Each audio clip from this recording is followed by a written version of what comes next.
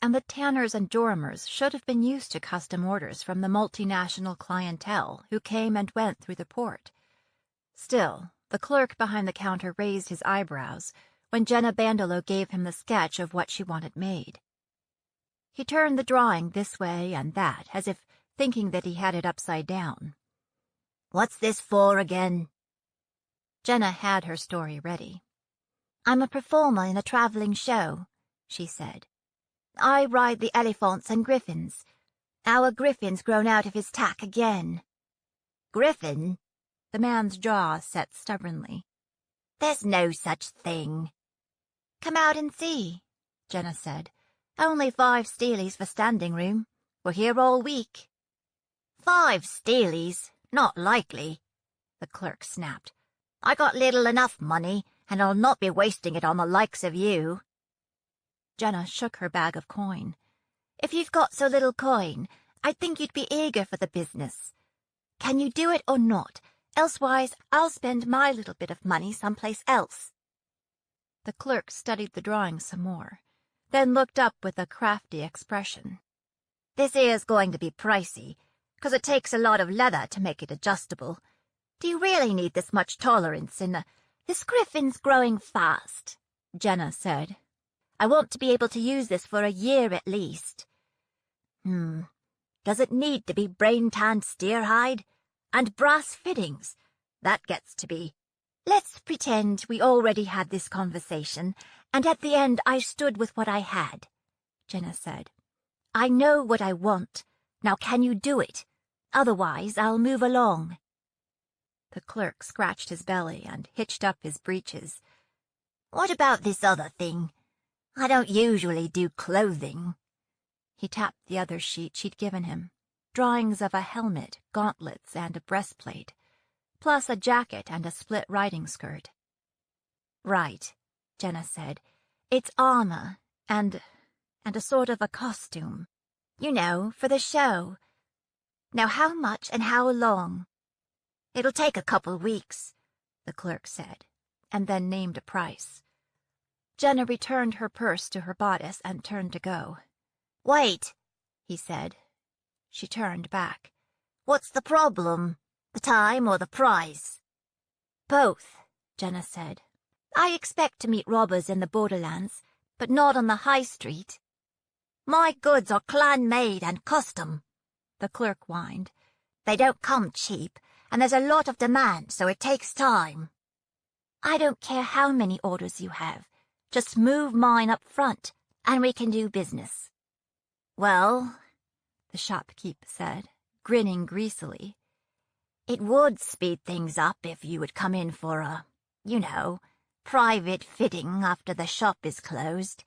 I can't make any promises, but—" "Hey!" he shouted after her as she banged through the door.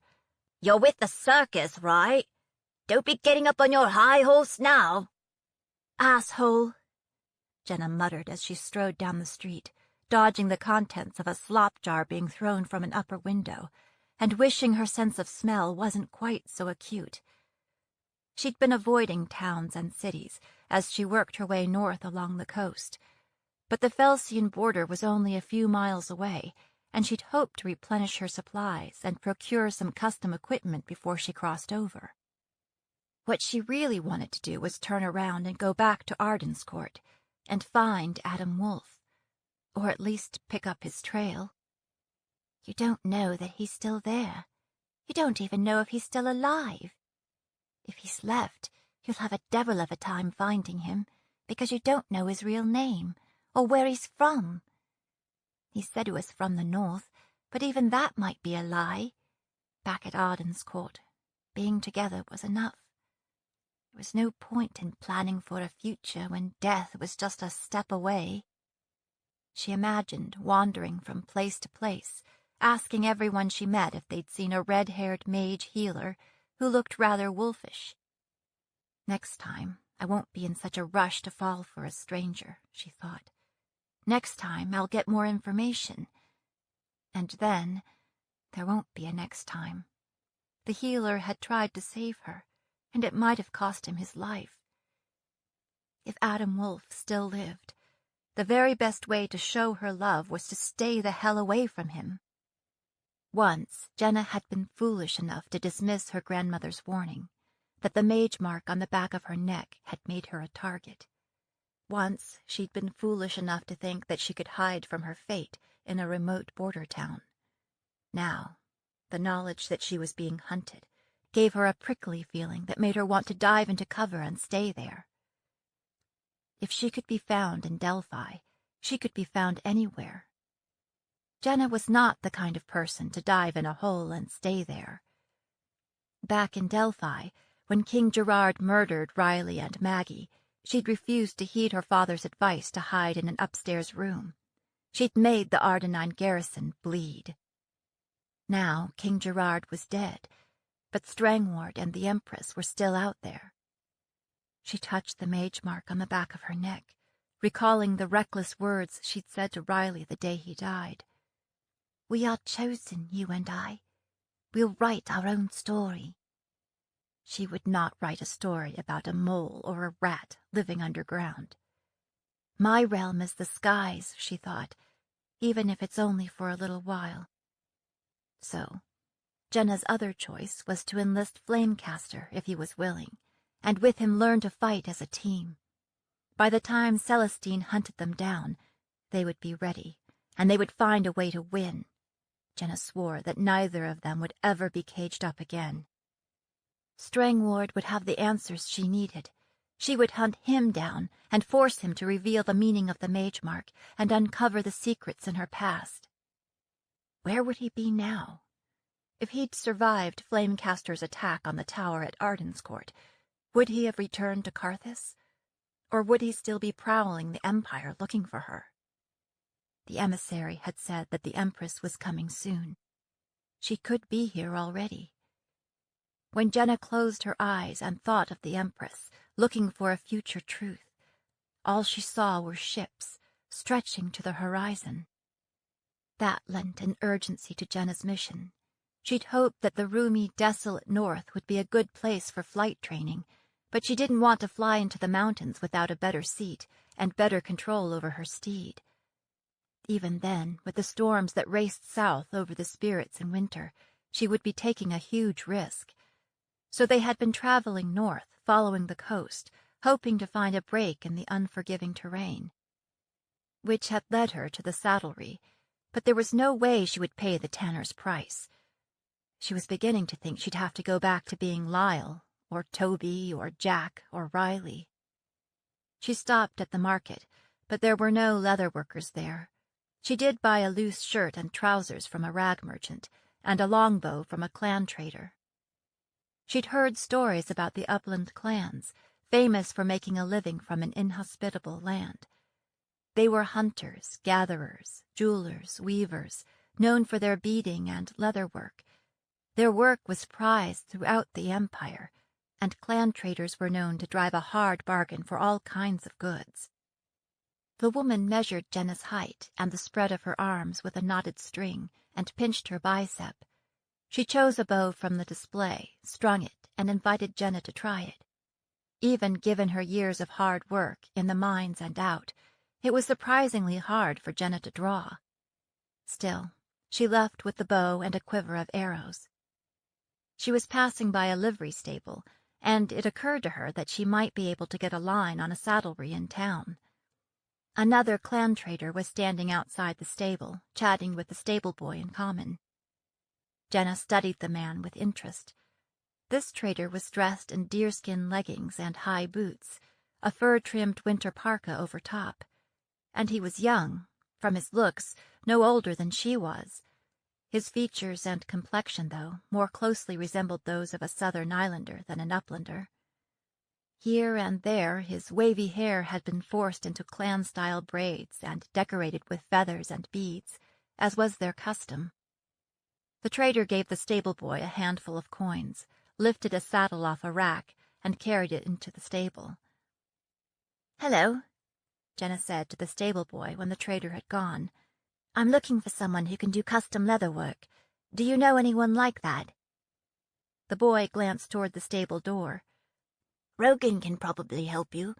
He knows where to get just about anything you want." at a price. I was hoping to work directly with the harness maker, Jenna said. It's a highly specialized job. The boy shrugged. There's Daryl's leather up on the... I've already been there, Jenna said, shaking her head. Well, I'll see what this Rogan has to say. It took Jenna's eyes a few minutes to adjust to the darkness of the barn, after the brilliance of the midday outside. It was also much warmer inside, where the raw wind of the Indio couldn't find her. The trader had his pony cross-tied in the aisle. She was one of the shaggy, sturdy breed favored by uplanders. He was rubbing her down, examining her hooves and murmuring sweet nothings to her. Still, somehow, he heard Jenna coming.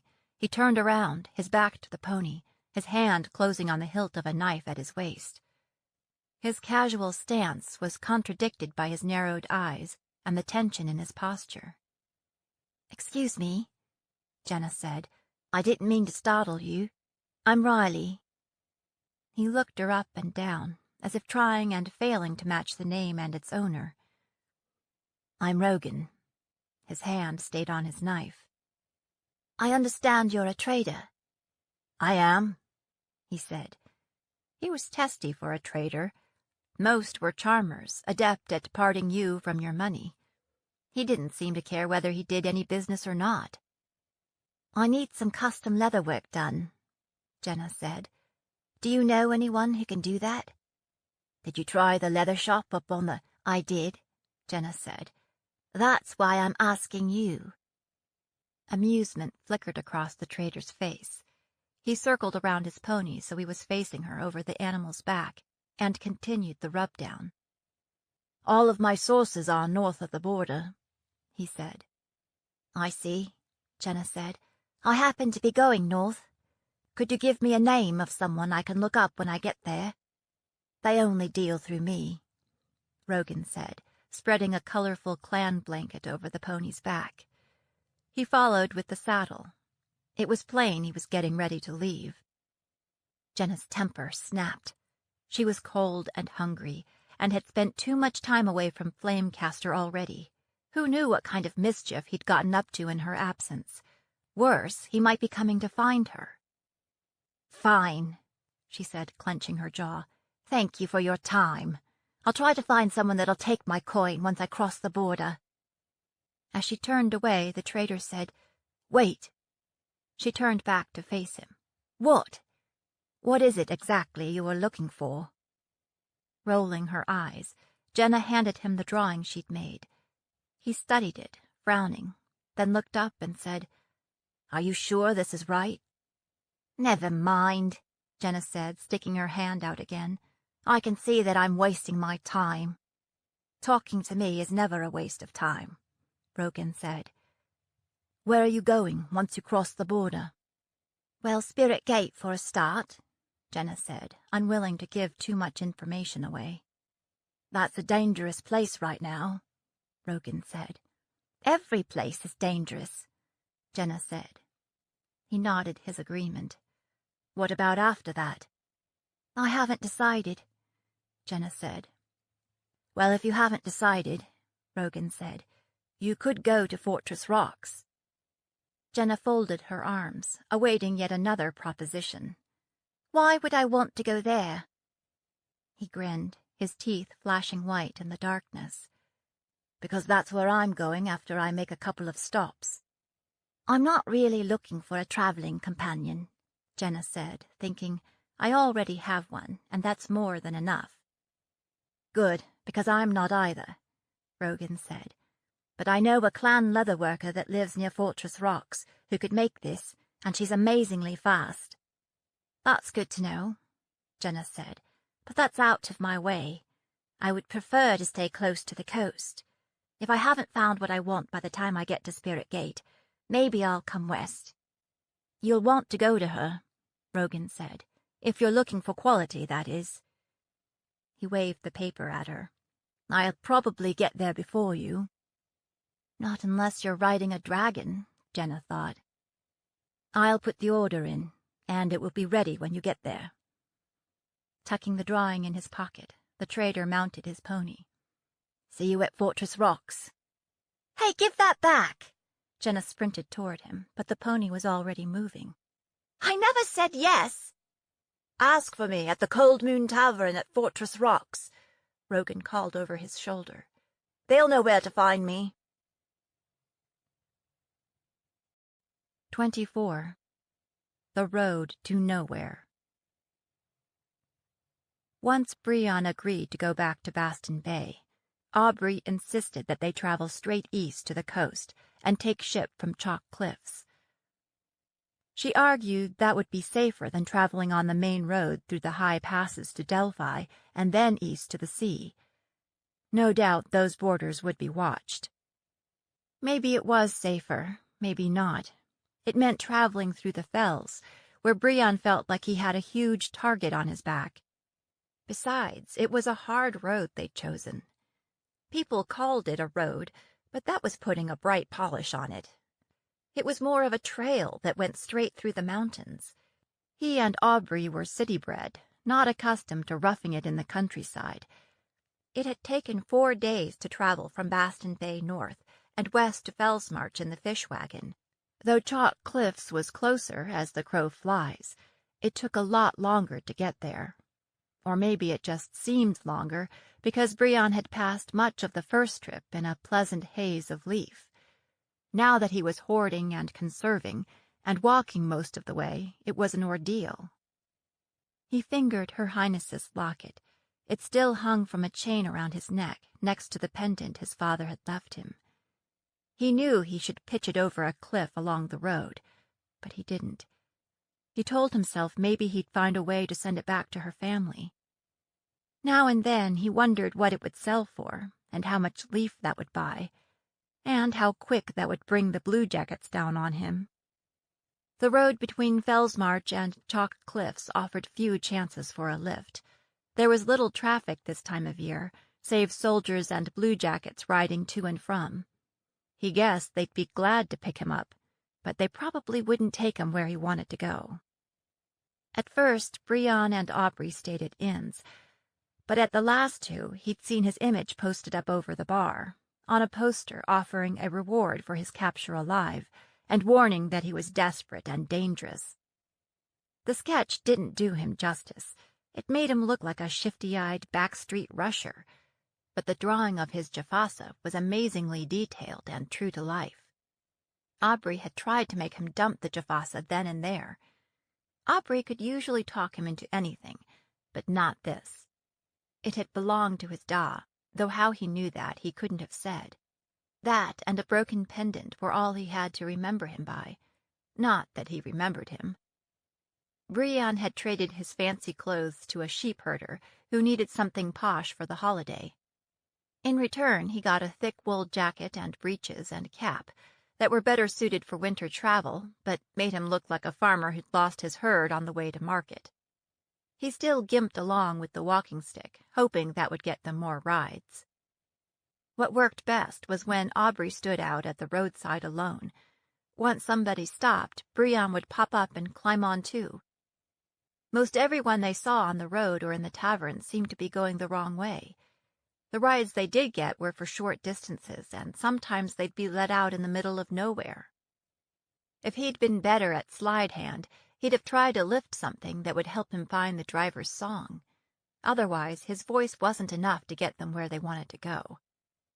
So they traveled in fits and starts, part of the time on foot, Brian diving into cover whenever they heard traffic approaching on the road. As they climbed toward the eastern pass, the wind grew colder and the snow deeper, and Brian realized that walking all the way to Chalk Cliffs might not be such a good idea. Their latest ride dumped them out at a little crossroads nestled in a gorge between two mountain ranges. "Are you really going to leave us here in the middle of nowhere?" Aubrey said, batting her eyelashes at the teamster. "Fortress Rocks is just down there," the man said, pointing left down the side road. "Maybe somebody there can give you a ride the rest of the way." He turned right and was soon out of sight, so they began to walk the unknown distance to town. Brian didn't look forward to making the climb through the next set of passes. Since he had a little coin in his pocket, He was thinking maybe they should hire a wagon to take them the rest of the way. This might be their last chance to do that. From what everyone said, it was all mountains until they reached the sea. He hoped there was a wagon-worthy road through the mountains that lay ahead of them. "Do you know how to drive a wagon?" Brian asked Aubrey. That was like lancing a boil. "How would I know how to drive a wagon?" she snapped. "Do I look like someone who ever owned a horse? And where would we hire one if I did? And why are you still carrying around that bag of splinters? Anybody sees that, you'll be locked up for sure." "I already told you I can get it fixed. Otherwise, how are we supposed to make a living once we get to Boston Bay?" She took a deep breath, then let it out, as if releasing her anger along with. "We'll be fine," she said. "I'll get my game going as soon as we get to Boston Bay." Like usual, she was vague about what that game might be. Brian didn't want to get dragged into anything that might draw the attention of the Blue Jackets. "I'm thinking we ought to stay low for a while until this blows over." "You murdered a princess, Bree!" Aubrey hissed. "This is not going to blow over." "I never did," Brian said hotly. Why did she keep saying that? "And you think a good way to lie low is to go out and busk the streets, which is what you were doing when you got into trouble in the first place?" "You got any better ideas?" Brian shot back. "Yes," she said, and walked on. Maybe, Brian thought, but she'd be the first to complain about an empty belly. Aubrey had been prickly and irritable ever since they left Fellsmarch, but it was a prickly and irritable kind of situation, so it was understandable. Sort of. It was as if she blamed him for what happened to Wax and Goose, when none of it was his idea. Up ahead, Aubrey rounded a bend and stopped in her tracks. "Blood of the martyrs," she muttered. Brian came up beside her. Blocking the road was a gate, and next to it a guardhouse. Both looked raw enough to be newly built. Brian took a step back, but they'd been seen, because spattercloth soldiers came boiling out. He'd learned a long time ago that running makes a person look guilty of something. He gripped Aubrey's hand and kept walking forward. When they reached the gate, one of the soldiers barked, "What's your name and your business at Fortress Rocks?" Aubrey began to cry. "Hey now, sis," Brian said, patting her on the shoulder. "Don't worry. These ones won't hurt us." Aubrey just cried harder. She was the prettiest crier Brian had ever seen, not like some who got all puffy-eyed and snot-nosed. "What's wrong with her?" one of the soldiers said, pointing. A burly, bearded soldier with a flattened nose pulled out a handkerchief and gave it to her. "My sister and I are from Spirit Gate, down on the border," Brian said, looking Flatnose in the eyes. "Some mudbacks came through and they... He stopped and blotted away tears with his sleeve. "Our house is burnt, and the rest of our family is dead. So we're on our way to Chalk Cliffs. We've got family there." The soldiers all looked at each other. "I wonder if they're the same bastards who came here," one of them said. "There were mudbacks here." Brian looked from face to face. "When was that?" "Back in late summer," Flatnose said. "I think it was around then," Brian said. He looked at Aubrey, who nodded, sniffling. "All we have is the clothes on our backs," Aubrey said. "Do you think we can get work in town? We need to make some money so we can hire space in a wagon to take us to the coast." "There's construction work to be had," Flatnose said, eyeing Brian's bony build skeptically. "They're having to rebuild most of the town, but it won't be easy to find a ride. With the holiday just over, there's not much traffic on the road this time of year." At the end of it, the soldiers took up a collection for them before they sent them on their way. Brian slid a look at Aubrey as they left the gate behind. She smirked back at him and whispered, "Didn't I tell you, Bree? Didn't I tell you we was good together?" That warmed him up inside, though he couldn't help wondering if he should be worried that lying seemed to come as easily as breathing to him. It was good they'd had the warning at the gate, because when they finally rounded the last bend and saw the town, they were stunned. "Holy saints," Brian whispered. A good part of the town was in ruins, nearly everything burnt or broken, the scent of wood smoke still lingering. The keep had been largely knocked down, only its tower left standing as a jagged tooth against the mountains behind it. Was that the fortress the town was named for? Mourning colors were draped over railings and twined with pine roping. Rosettes were tacked to some of the doors alongside solstice greens. As Flatnose had said, several buildings were under construction. Along the way into town, they'd passed a newly built temple, its churchyard prickled with new remembrance stones.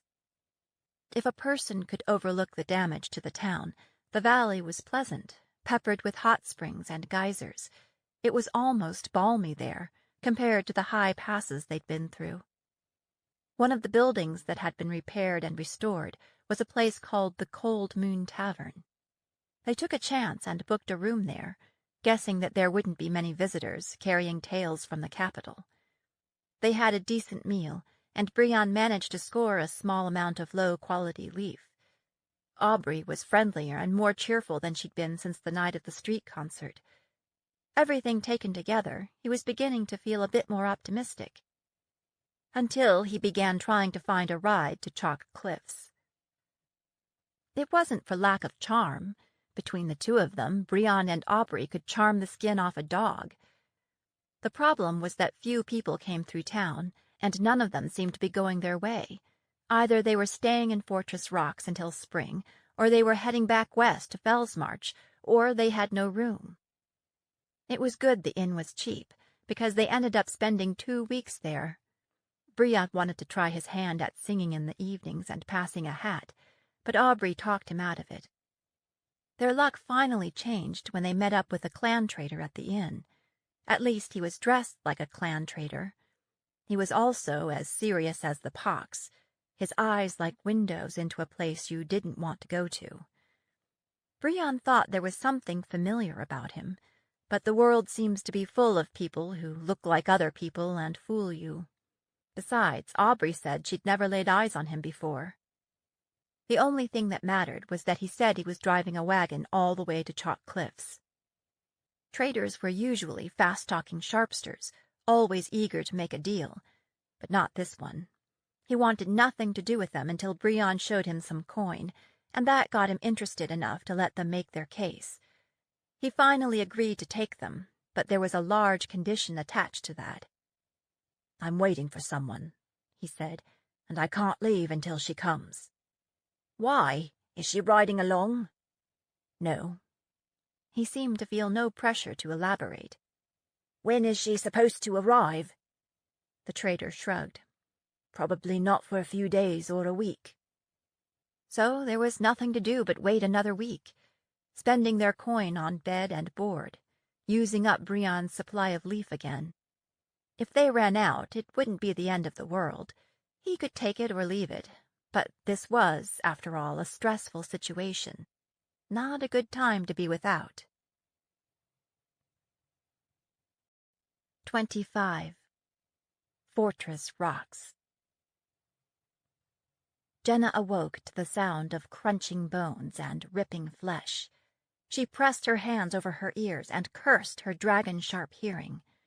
Resisting the temptation to stay where she was, muffled up in her bedroll, she crawled forward and stuck her head out of the tent, to be met by the metallic scent of raw meat.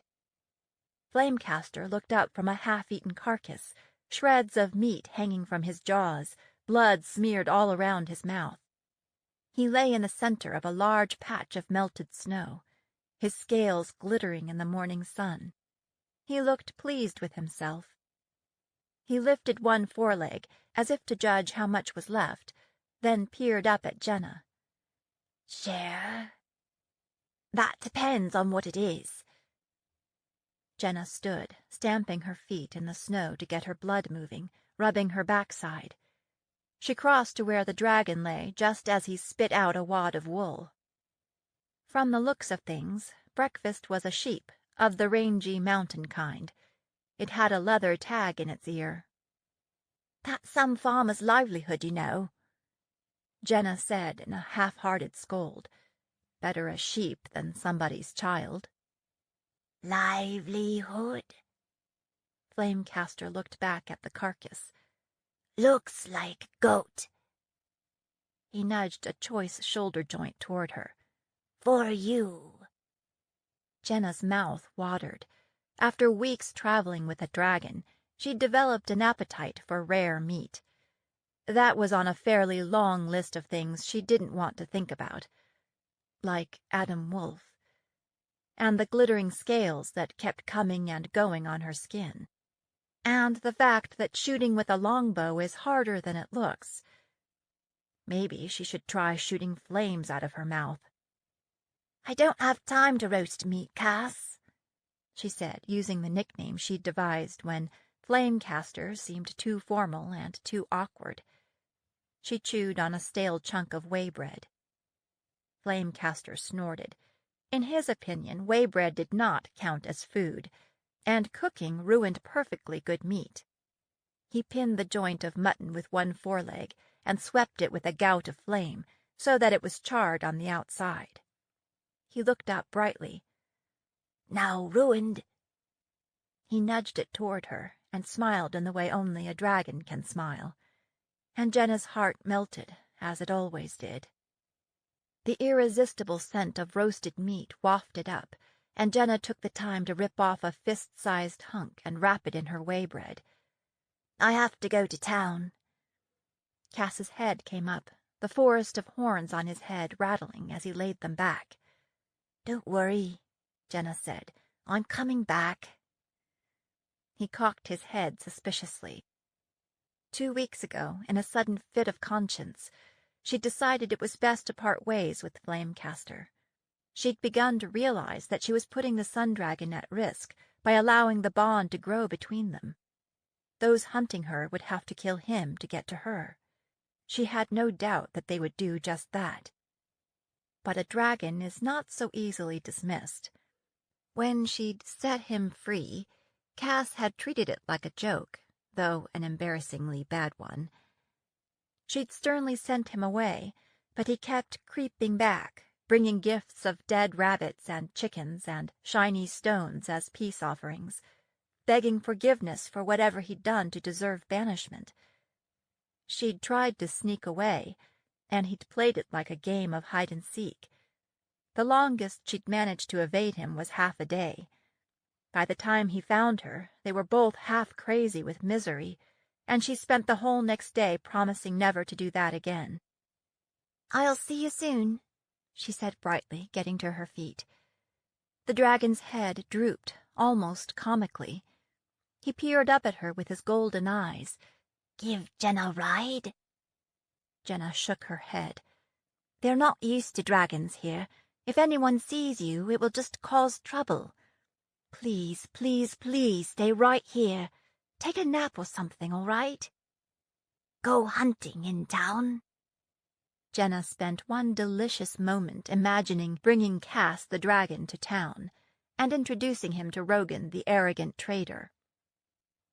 But no, a dragon was like a big, impressive sword that she could never hope to wield. "No, I'm buying some glitter bits for you and me. A surprise, but only if you stay here." That did the trick. The dragon flopped down on his belly, lifting his head enough to peer winningly through his eyelashes. Flamecaster, she'd learned, was very fond of both glitter bits and surprises. The combination was the one reward beyond food and Jenna's company that seemed to work with him. The dragon's loyalty to her was unquestioned. The notion of obedience was very questioned. "When I get back, we'll fly to the coast," she said. She felt the heat of his attention until she rounded a turn in the trail. A dragon is not a dog, she kept telling herself, and he wasn't a horse either, and so she found herself making her way to town on foot, following a steep, icy trail out of the heights and into town. Fortress Rocks was a strategic spot where the Firehole River roared through a deep gorge on its way to the sea. The road between Fellsmarch and Chalk Cliffs passed through here, and if a person wanted to stop an army, this would be the place. It appeared that it had once been an important military checkpoint, but now most of the man-made fortifications were in ruins. As Jenna descended into the gorge, it became noticeably warmer. The ice disappeared, the ground grew muddy, and moss and lichen and plants she didn't recognize clothed the rocks along the trail.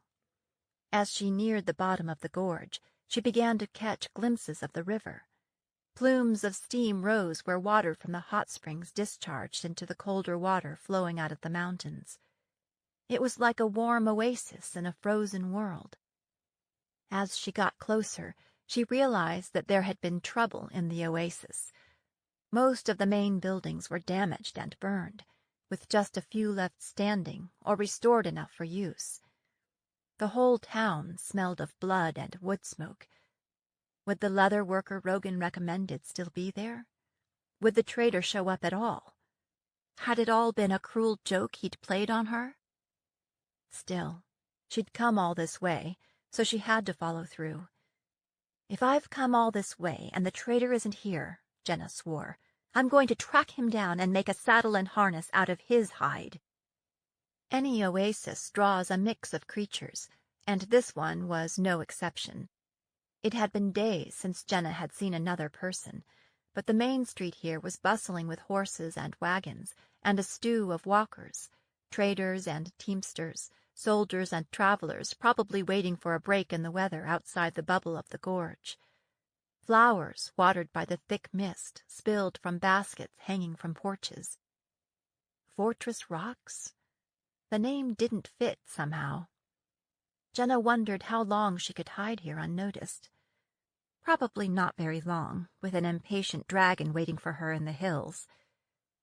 If she didn't get back soon, he might come looking for her. She'd visited some temple libraries, trying to gather more information on dragons, but there was little to be found.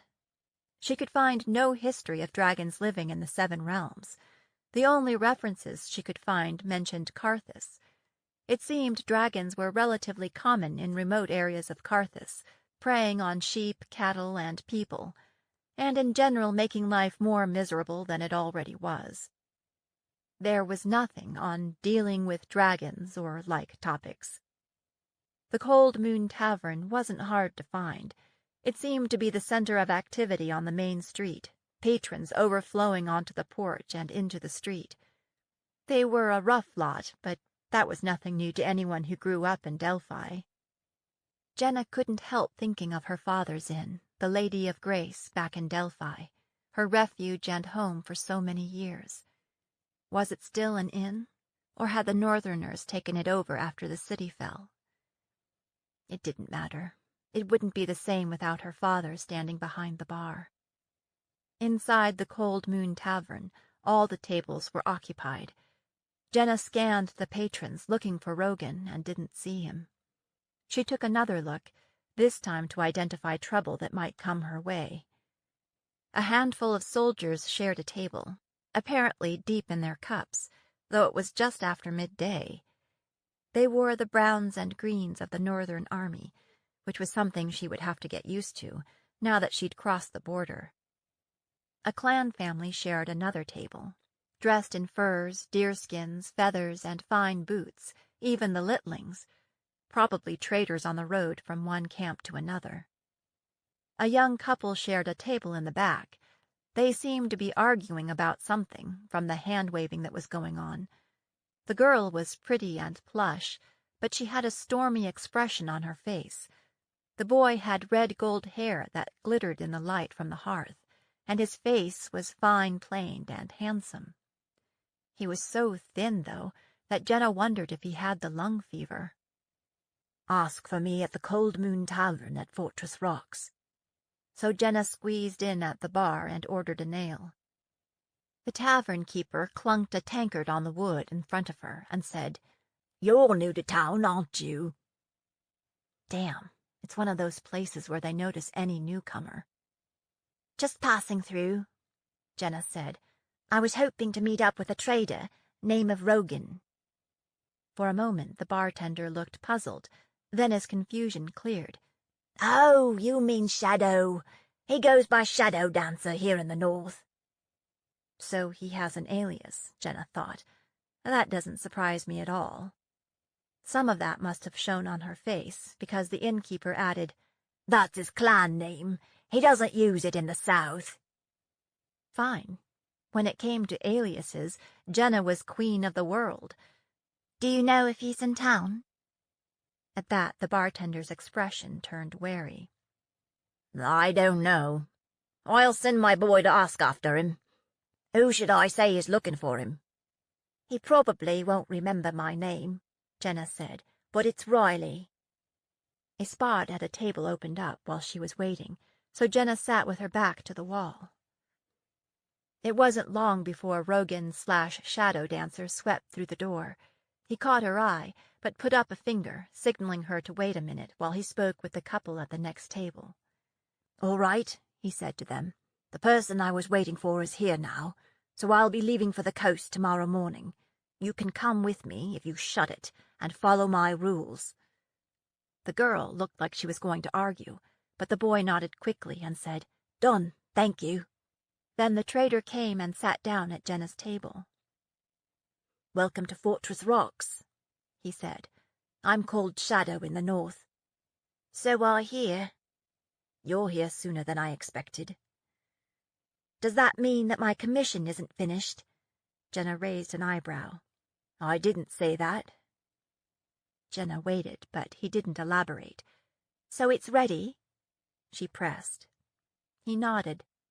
"It is. I told you she could get it done." "What would you have done if I didn't show up?" "I knew you would, sooner or later." Jenna clenched her teeth. She was peeved with the high-handed trader, but she reined herself in. She needed to do the deal and be gone. "Could I see it then?" she said. "I'm in a bit of a hurry." "Of course." He stood. "Sparrow's on her way into town. She's going to meet us at the stable down the street." Jenna followed the trader out of the inn and down the sidewalk, wondering if she was being led into some kind of a trap. "Is this leather worker one of your regular suppliers?" Jenna asked. "She is getting to be," he said. "I worked with her sister for several years, and now Sparrow is stepping into her shoes." The stable seemed to be nothing more or less than what he'd claimed it was, and just a little ramshackle. "Wait here," Shadow said, and disappeared inside. Jenna moved close to the window so that she could use her dragon-sharp ears to eavesdrop on the conversation. "She's here?" It was a female voice, quite young, a little panicky. "I thought it was going to be another week." "She made really good time," the trader said. "Let me see what you've done." Jenna heard footsteps, and when the girl spoke again, it was from farther away. "I used the measurements you gave, but I kept thinking I was somehow getting it wrong." "Sparrow," Shadow said, a hint of awe in his voice, something Jenna wouldn't have expected. "This is amazing work. If I didn't know better, I would think that Aspen—" "No," the girl said flatly. "There will never be anyone as skilled as she was." "How are the litlings doing?" he asked. "Mag still cries a lot, but the twins are beginning to forget. They were so young when she was killed. I'm keeping them all really busy." "So you're getting enough work? You have enough to eat?" Shadow was like a different Rogan, one with a heart. "Too much work, the litlings say." The girl laughed. "Even though I'm young, everyone knows I trained with Aspen, and so many of our best craftspeople have been killed. I don't have much time for hunting, but Fern keeps us well fed." "Good," Shadow said. They were walking again, their voices moving closer. "The buyer is outside. We shouldn't keep her waiting any longer." Jenna moved away from the window, just in time as Rogan walked out into the stable yard with a young clan girl, probably 12 or 13. "I'm Sparrow," the girl said gravely. "I'm Riley," Jenna said. Are you the harness maker?" I am, she said. Do not worry. I know what I am doing.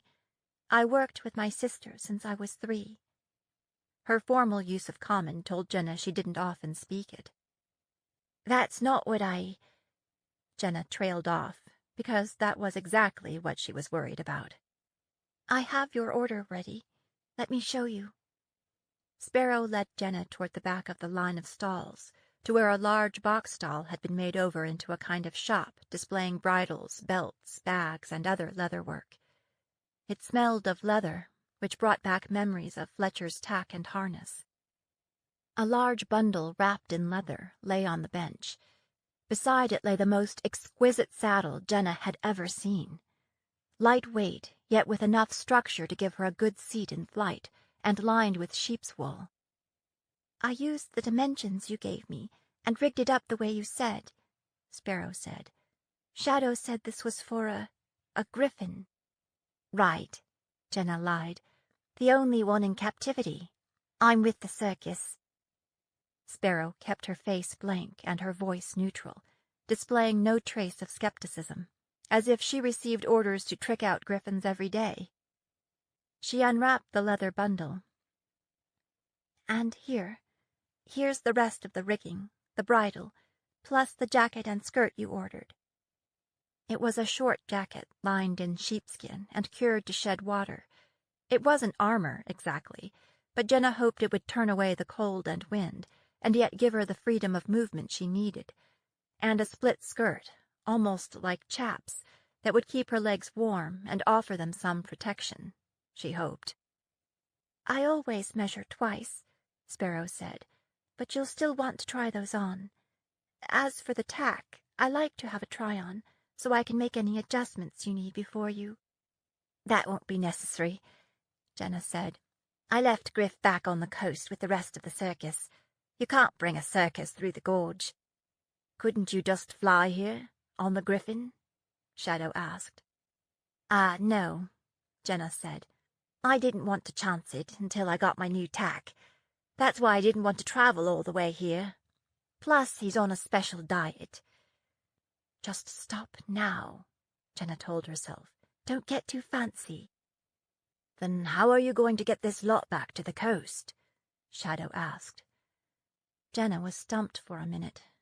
Well, I thought I'd hire a wagon, and it happens that I'm heading for Chalk Cliffs now, Shadow said. Would you like to ride along? We can haul your equipment, too. The trader was being too damned helpful.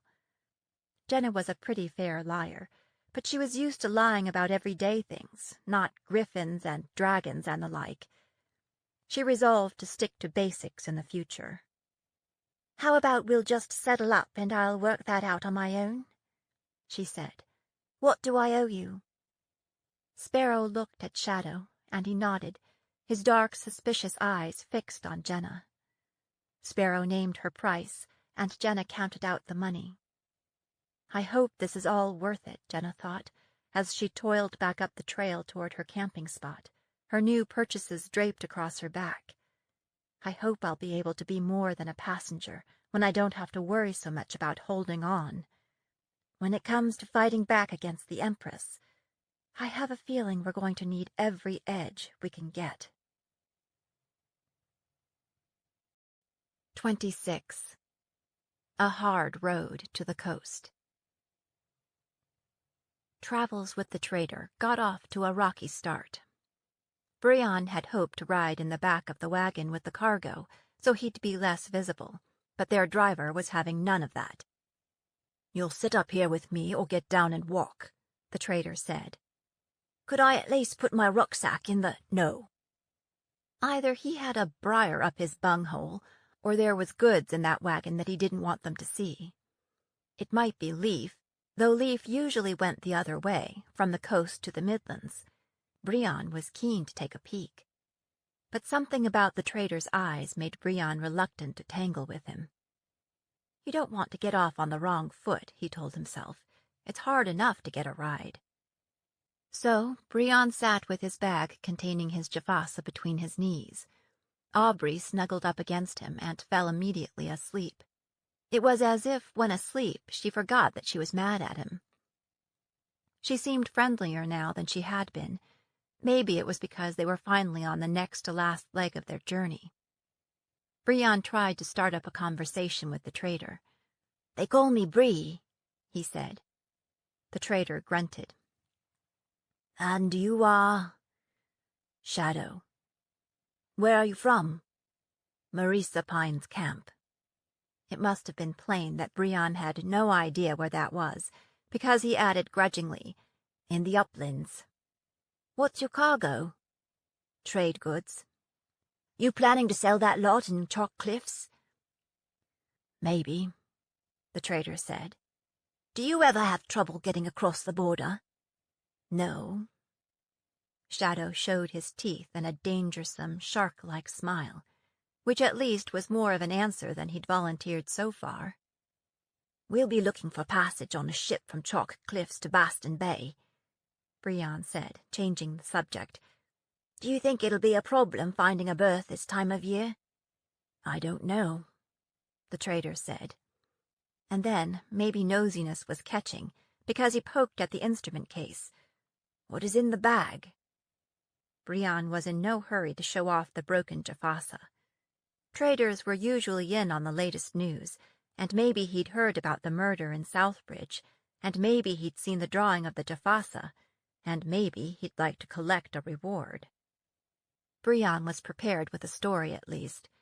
"I'm selling the finest clan-made walking staffs," he said. "Hand-carved and magicked for strength, so they'll never break, warp or rot." He extended the walking stick he'd nicked at the market. "See? Give this a try. When you hold this in your hand, you'll know you're holding quality." The trader made no move to take the staff. "If you paid a clan-made price for that, you were robbed," he said, snorting. "You're wrong," Brian said, conjuring up a wounded expression. "This is the genuine article. I got it direct from a copperhead."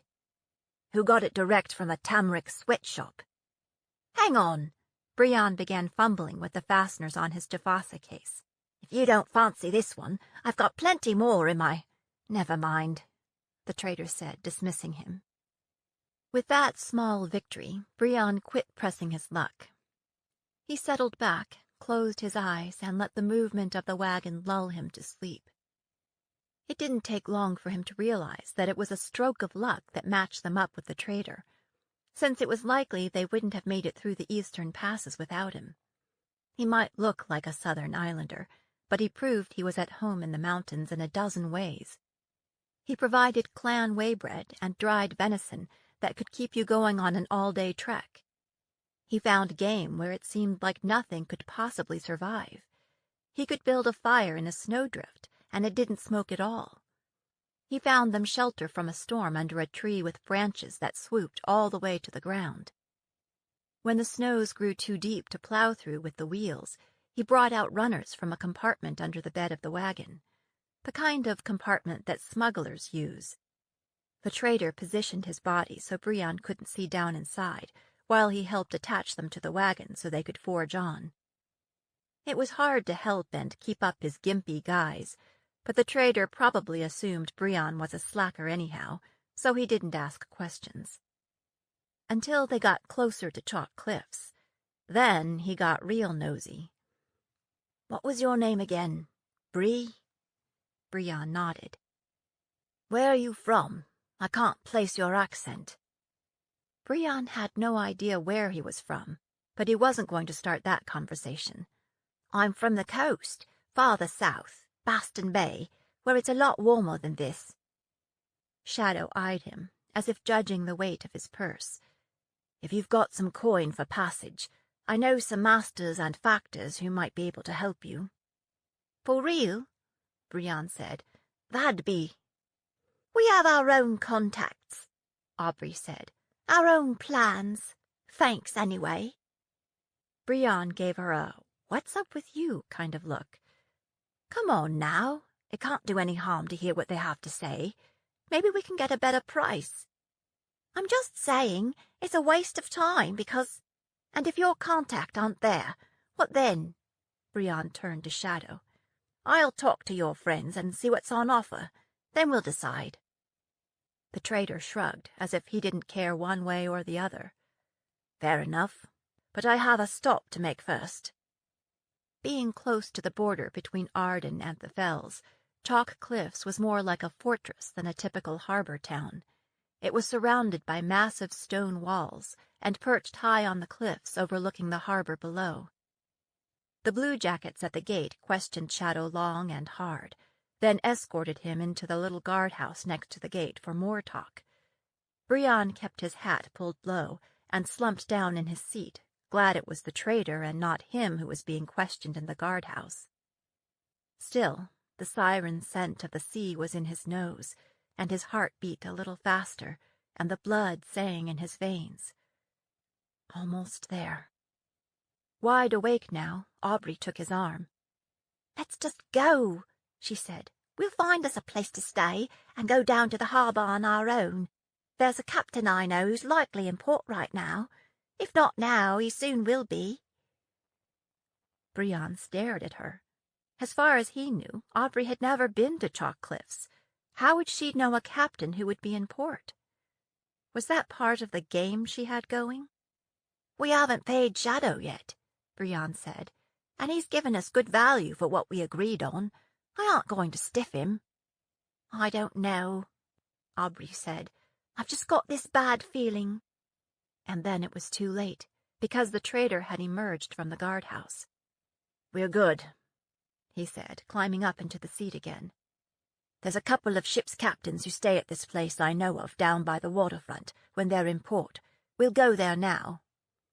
So there was nothing to do but ride along. They pulled up in front of a seedy-looking tavern 2 streets away from the harbor front. "I'll be just a minute," he said, swinging down from the driver's seat. "I'll see if they're there." He disappeared into the dim interior. As soon as he was gone, Aubrey slid down onto the street. "Keep watch for him coming back. I'm going to see what he's hiding in the back." "I'm in enough trouble as is," Brion hissed. "You're in trouble," Aubrey said. "I'm not." "Look, he's done us a kindness, and that's not the way to repay it," Brion said. "I just want a quick look. It's not like I'm planning to steal anything."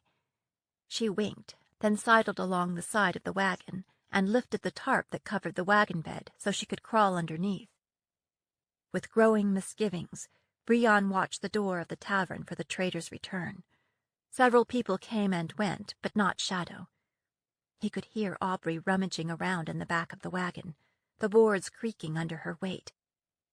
"Blood and bones," she muttered. "Will you look at that?" "Come on out of there," Brion hissed. "Whatever he's got, it aren't worth it."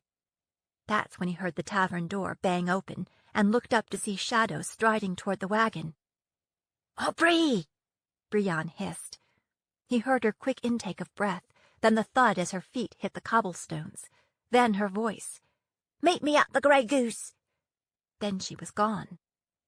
Brion slid down off the seat and met Shadow halfway between, hoping to draw his attention away from the wagon. "Well," he said, "did you see anyone you know?" Shadow's big hand settled onto Brion's shoulder. "This is your lucky day," he said with a tight smile. "There's people in there I want you to meet." His eyes swept over the wagon. "Where'd your friend go?" "I went to the privy behind the inn, and when I come back she was gone. I know there was a ship's master she wanted to go see. Maybe that's where she went." Shadow took another good look around the inn yard. "Why would she leave without telling you?" Brion shrugged. "Why does she do most of the things she does?" he said, making it clear he wasn't her nanny. "Anyway, I think she's mad at me. Well, let's go on in and see what we can find out," the trader said, scooping up the bag with Brion's instrument and handing it to him. "You don't want anybody running off with this while we're inside," the trader said, by way of explanation. "There's a lot of slide-handers around here." By now, alarm bells were ringing inside Bree's head. It didn't help that Shadow kept one hand on Brion's shoulder all the way to the inn door. "You know what?" Brian said. "I think I need to go back to the privy. I'll meet you inside." He tried unsuccessfully to pull free. Shadow's hand tightened on his shoulder. "You can shortcut it straight through the inn," he said, hauling open the door and pushing him inside, so he all but fell on his face. Brian knew he was in trouble when a pair of ham-like hands grabbed him and slammed him up against the wall. They patted him down, none too gently, searching for weapons, ignoring his protests. They took away the little shiv he kept for emergencies, and his pouch of leaf. Turning his head, he saw that there was just the three of them in the room, Shadow, Brian, and a bluejacket the size of a large tree. He took a second look, and was astonished to see that it was a girlie. She was familiar, somehow, like maybe she'd slammed him up against a wall before. "He's got to be the one," the tree said. "He looks familiar, and he fits the description." She pulled a folded paper from her pocket. It was a smaller version of the posters Brian had seen. They both looked from the drawing to Brian and back again, while Brian tried to look as little like the picture as he could, which wasn't hard, since it wasn't even a good likeness. "Where's that instrument you said he had with him?" Shadow set Brian's bag on the table and unfastened the catches. He lifted out the splintered Jafasa and held it up for the other one to see. Even though it was broken, it matched the drawing just fine. "Be careful with that," Brian said. "I got that from my father." "Well, it looks to me like you didn't take very good care of it," the bluejacket said. Brian thought of telling her he wasn't the one that broke it, but guessed it wouldn't do him any good. She went right back to searching him, taking her time on this round. Shadow seemed to be studying the broken Jafasa, as if trying to figure out how to work it. "Give it here and I'll show you how to play it," Brian said, figuring it couldn't hurt to ask. Shadow just snorted and went on with his examination. It was then that the tree found Brian's shine, Her Highness's locket and the pendant he'd got from his father. Uttering an oath that any tannery hand would be proud of, she ripped them off over Brian's head. She thrust the locket into his face. "Explain that, you goat-strumming lowlife!" That's what he got for trying to hold on to anything. "I bought it off a picaroon in the capital," Brian lied. "He was starving, so I did him a favor. He said it was his grandmother's." "So, you admit you were recently in the capital?" "Ask your friend Shadow. He's the one gave me a ride along the road." Now the tree dangled Brian's pendant in front of him. "Who'd you steal this from?" "I didn't steal it. It belonged to my father, too." The tree eyed it suspiciously. "It looks like it's broken. Where's the rest of it?" "It's always been like that, far as I know," Brian said. "What does it do? Is it a compass or what?" "I don't know what it does. It's never done anything for me, but lend me a little extra shine." Words surfaced in his head, like bodies on the water. "Keep this with you, and you can always find your way home." Brian, hoping she'd give it back, stuck out his hand, but she tucked it away in her pocket. She kept on patting him down, and eventually she discovered the mage mark on the back of his neck. "What the bloody hell is this?" First she poked at it, and when nothing happened, she began prying at it, trying to pull it loose. Finally, she pulled out her shiv and tried to slide it underneath until Brian could feel blood running down under his shirt. "Blood and bones," he said, trying to twist away. "It don't come off. I should know. I've had it all my life. It would have been sold off by now if it did." "It might be some kind of flashcraft," Shadow said, getting his own poke in. "What is this blue stone? Is this a sapphire? Aquamarine?" "I don't know a sapphire from a hunk of glass," Brian thought. "I don't know. I've never even seen it. Is this platinum?" Shadow tapped the metal framing with his finger. "I don't know," Brian said. "If it was anything valuable, somebody would have slit my throat for it by now." The trader closed his hand over it, as if trying to read it through his fingers. At least he didn't try to rip it off. "What does it do?" he asked Brienne. "Nothing, far as I know," Brienne said, though he'd always wondered if it had something to do with his vast personal charm and extraordinary talent. "Maybe it's some kind of a permanent amulet?" Shadow sat back on his heels. "You think he's a wizard?" The bluejacket backed off a little, then tried to pretend she hadn't. "Damn right I am," Brienne said. "You'd better be nice to me, or I'll turn you both into carbuncles on a pig's ass." That earned Brienne a punch in the nose. Shadow had to step in to prevent the bluejacket from going on with smashing his head into the oak bar. "Talbot!" Shadow grabbed the bluejacket's arm. "I know that you're angry about Lys, which is all the more reason we need him alive and well enough for questioning. He hasn't been convicted of anything. Yet." His expression said that it was just a matter of time. For a mixed-blood smuggler, Shadow seemed very tight with this bluejacket. In no time they had his hands shackled together and his ankles too. "I'll send a bird to Fellsmarsh and find out what Captain Byrne wants done with him." Talbot the tree growled. "Maybe they'll send a wizard to check out his tattoo or brooch or whatever it is. In the meantime, we'll keep him nice and cozy in the guardhouse." Her glare said that it wouldn't be all that cozy, and not nice either, if she had anything to do with it. "I think it's best if we keep this quiet until they come from the capital to claim him," Shadow said. "Whoever hired him won't want him talking to us. If they hear that we've got him, they'll try to either kill him or spring him. Let's take him over to the lockup now and get him out of sight. I have some business to handle tonight, but I'll ask him a few questions tomorrow before I leave for the Down Realms. His partner might come here looking for him," Shadow added. "She's Ardenine, brown hair, broken nose, about 15-16 years old, and her name is Aubrey." He did that thing with his hands that people do to depict a curvy woman. "Tell your guards to be on the lookout for her. We'll want to question her too." "What made you suspect him?"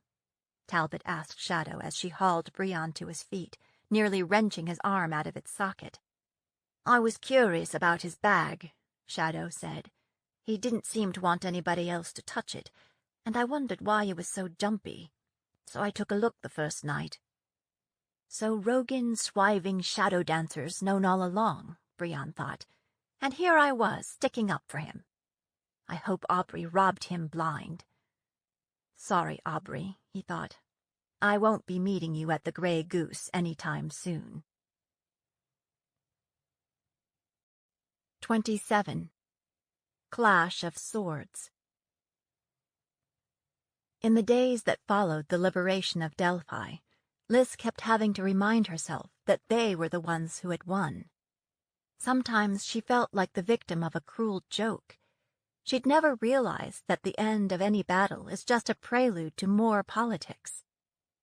Her mother had sent warm congratulations. She ordered that Delphi be welcomed as an ally and ruled with a light hand. The plan was to put the territory under martial law until it could be transitioned to self-rule. Then, in a nasty move, she named Lys to represent the queendom in the negotiations. "I want you to own this, and not because I want you to get the blame if it goes wrong. I want you to know how it feels to make a decision and live with the consequences, good or bad." In other words, every victory has its price. When you win, you have to quit fighting and rule. So here she was, sitting in meeting after dreary meeting, discussing coal production targets, road building, food distribution, and medical services. She might as well be at home. At least there she knew where the broken stones were in the castle wall. At home, if someone stabbed her in the back, she at least might have a guess who it was. Dealing with the Delphians was like herding angry cats. As long as Arden held the city in its iron grip, that common enemy united the people. Now that the occupiers were gone, the realm seemed destined to descend into internecine squabbling. Old disputes rose up like festering boils on the civic skin. The population had a massive grudge against Arden, its Blackbird Guard and its Mudback army, with some left over for anyone perceived to have cooperated with them. The former mayor was found dead in an alley, his throat cut, his body wrapped in an Ardenine flag. The mine supervisor was found buried under several tons of coal. It got to the point that Delphian collaborators begged to be taken into custody for their own protection, but the city jails were already bulging. That required attention, too, sorting out who should stay and who should be released. To Lys's surprise, Juliana was a major help. She seemed to thrive on all the jobs that Lys detested. She remembered every name, and she managed mind-numbing details with cool efficiency, pushing people until they discovered common ground. Her natural charm seemed to grease every wheel that squeaked. Lys missed Sasha. Sparring with her might work off some tension. At least she'd listen to her complaints without trying to fix them. But first Sasha, and later Finn, had been dispatched on to Chalk Cliffs to join the garrison there in case Arden tried to bring reinforcements in by sea, as they had before. So these days Lys had to wear herself out with long patrols, slogging through deep snow, and sparring matches with less challenging opponents. When I am queen, she thought, I'll keep my friends close, and my enemies closer. She caught her breath. When I am queen? When had she started thinking of that as something she might actually look forward to?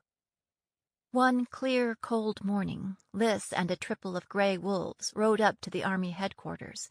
It was in a manor house north of town, now occupied by the Felsian Highlanders. The survivors of the Ardenine army were being held up there, both because it offered the only guardhouse large enough to hold them, and to protect them from the angry population. General Dunedain's staff and Juliana's eyes and ears had been debriefing the Ardenine prisoners, gathering what intelligence they could about troop strength and weaponry. Lys often sat in. Maybe I can't ride into Arden and kill King Gerard, but I can find out as much about the enemy as possible, she thought, with the added bonus that it got her out of the city and its endless meetings. When they reached the stable yard, Lys handed off her pony and strode toward the manor house. Before she reached it, she was distracted by the clatter of sword on sword and the shouts of onlookers. Following the noise, she came upon Halston Matalon and a Highlander going at it with heavy wooden longswords. A mixed crowd of soldiers stood watching, the Mudbacks cheering on their commander, and the Highlanders shouting encouragement to their own man.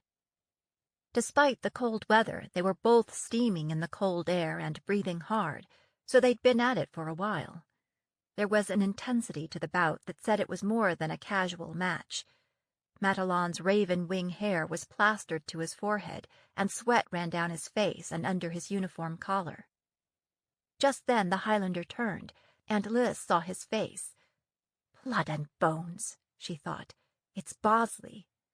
Clearly, Matalon had found a way to get under the young officer's admittedly thin skin. "That's it," Matalon was saying, like a teacher to a pupil. "Don't fix on what I'm doing now. Think about what I'm going to do, and keep moving to counter.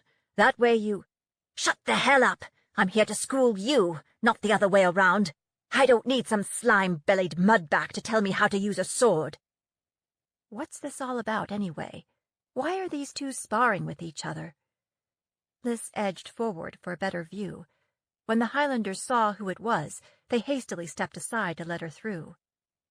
Bosley tried a quick jab inside Matalon's reach. Matalon leapt backward, and even Lys could tell the tip was inches short, but Bosley crowed, "Hit!" The Mudbacks exploded into shouts and catcalls, but Matalon just shrugged. "All right, if you say so." Bosley thrust his chin forward. "Are you questioning my call?" If he's not, I am, Lys thought. "I would never insult a man by questioning his call," Matalon said. He resumed his ready stance. "Shall we?" This time, Matalon's sword was everywhere, cutting and thrusting, a blur of motion. He called out 3 hits in as many minutes in a flat, almost bored voice. The Ardenine was damned good. It made Lys wonder if he'd been holding back before. "That wasn't a hit," Bosley said after the third was called. "That was a miss." A low rumble of disapproval rolled through the Southerners. Matalon raised an eyebrow. "I see," he said, eyes narrowed, spots of temper blooming on his cheeks. "I stand corrected." Lys scowled in disgust. She wanted to root for her own man, but Bosley was making it difficult. The next time Bosley tried for a hit, Matalon countered with a fierce blow, and the Highlander's sword went flying. Bosley retrieved his weapon and tried again, with the same result. "Bloody bones!" Bosley swore when it happened a third time. "That's not proper swordsmanship. Are you a mind reader or what?" Matalon picked up the fallen sword and handed it back to Bosley. "I'm no mind reader," he said, "but you signal what you're going to do before you do it, every single time." "I do not," Bosley said, sticking out his chin. Yes, you do, Lys thought, embarrassed at Bosley's bad showing and poor sportsmanship. "Very well, Lieutenant," Matalon said. "You are correct. I can see inside your head, and likely so can all of your opponents. Perhaps you should talk the Copperheads into making you a magical helmet." The mudbacks doubled up laughing, and the lieutenant's face went purple with rage. Bosley charged forward, swinging the flat of his blade at Matalon's head. The Southerner sidestepped nimbly, but stuck out his foot, and this time it was Bosley himself who went flying, skidding some distance through the snow on his face until he came up against the stable wall. Bosley rose onto his knees. "Pin his arms," he growled, reaching for his sword. Lys planted her boot on it. "Stand down, Lieutenant," she said. "You're done here." Bosley looked up, his face contorted into a snarl that drained away in an almost comical fashion when he saw who was standing over him. "Captain, I didn't realize that you were here." "Obviously," Lys said. Bosley scrambled to his feet, leaving his practice blade in the snow, and got off a combined bow and salute. His lieutenant's scarf was layered in slush, and his face scraped and reddened by his face-first slide. "Does Captain Barnes know that you are sparring with Captain Matalon?" "He doesn't specifically know it," Bosley said. "Meaning he doesn't know it at all?" Matalon and we were just giving the troops a skills demonstration," Bosley said, shooting a warning look at Matalon, as if daring him to disagree. The Ardenine tightened his jaw and said nothing, but his body was as taut as a drawn bowstring. "Indeed you were, Bosley, but I don't know what exactly it was you were trying to demonstrate," Lys said.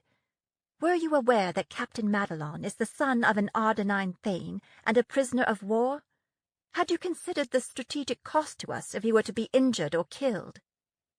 Bosley stared at her for a long moment, as if considering and discarding several possible responses. Finally, he gathered his wits and said, "That's why I held back, Your Highness, so as not to hurt him. Had I known that the captain was such a fragile bit of crockery, I would have found a sturdier opponent." Too late, Lys realized that she'd handed the lieutenant a weapon and an excuse. When she looked into Matalon's gray-green eyes, she was reminded of the expression, "if looks could kill." Unable to undo the damage or conjure up a suitable reply, she said, "You are dismissed, Bosley."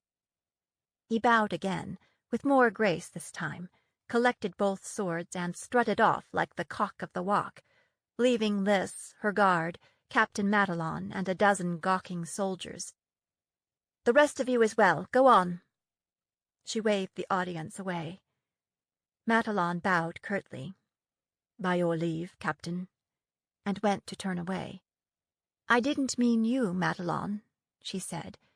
When he turned back, his face stony, she added, "I want to hear what you have to say." "About?" He cocked his head. "I want to hear your side of the story." Matalon dabbed at a cut on his chin that he had acquired along the way. "I have no side," Lieutenant Bosley told you what happened. It would be inappropriate for me to comment." It was like he chewed on each word before he spit it out.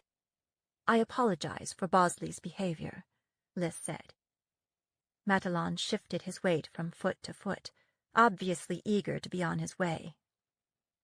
"Forgive me, ma'am, but if you think Bosley's behavior was improper, you should be speaking to him and not to me." With that, Liz's temper snapped. "Follow me, Captain, and that is an order." Turning to her wolves, she said, "Drag him if he doesn't come on his own." Liz stalked toward the manor house without looking to see if he was behind her. Eventually, she heard his boots crunching through the snow, following after.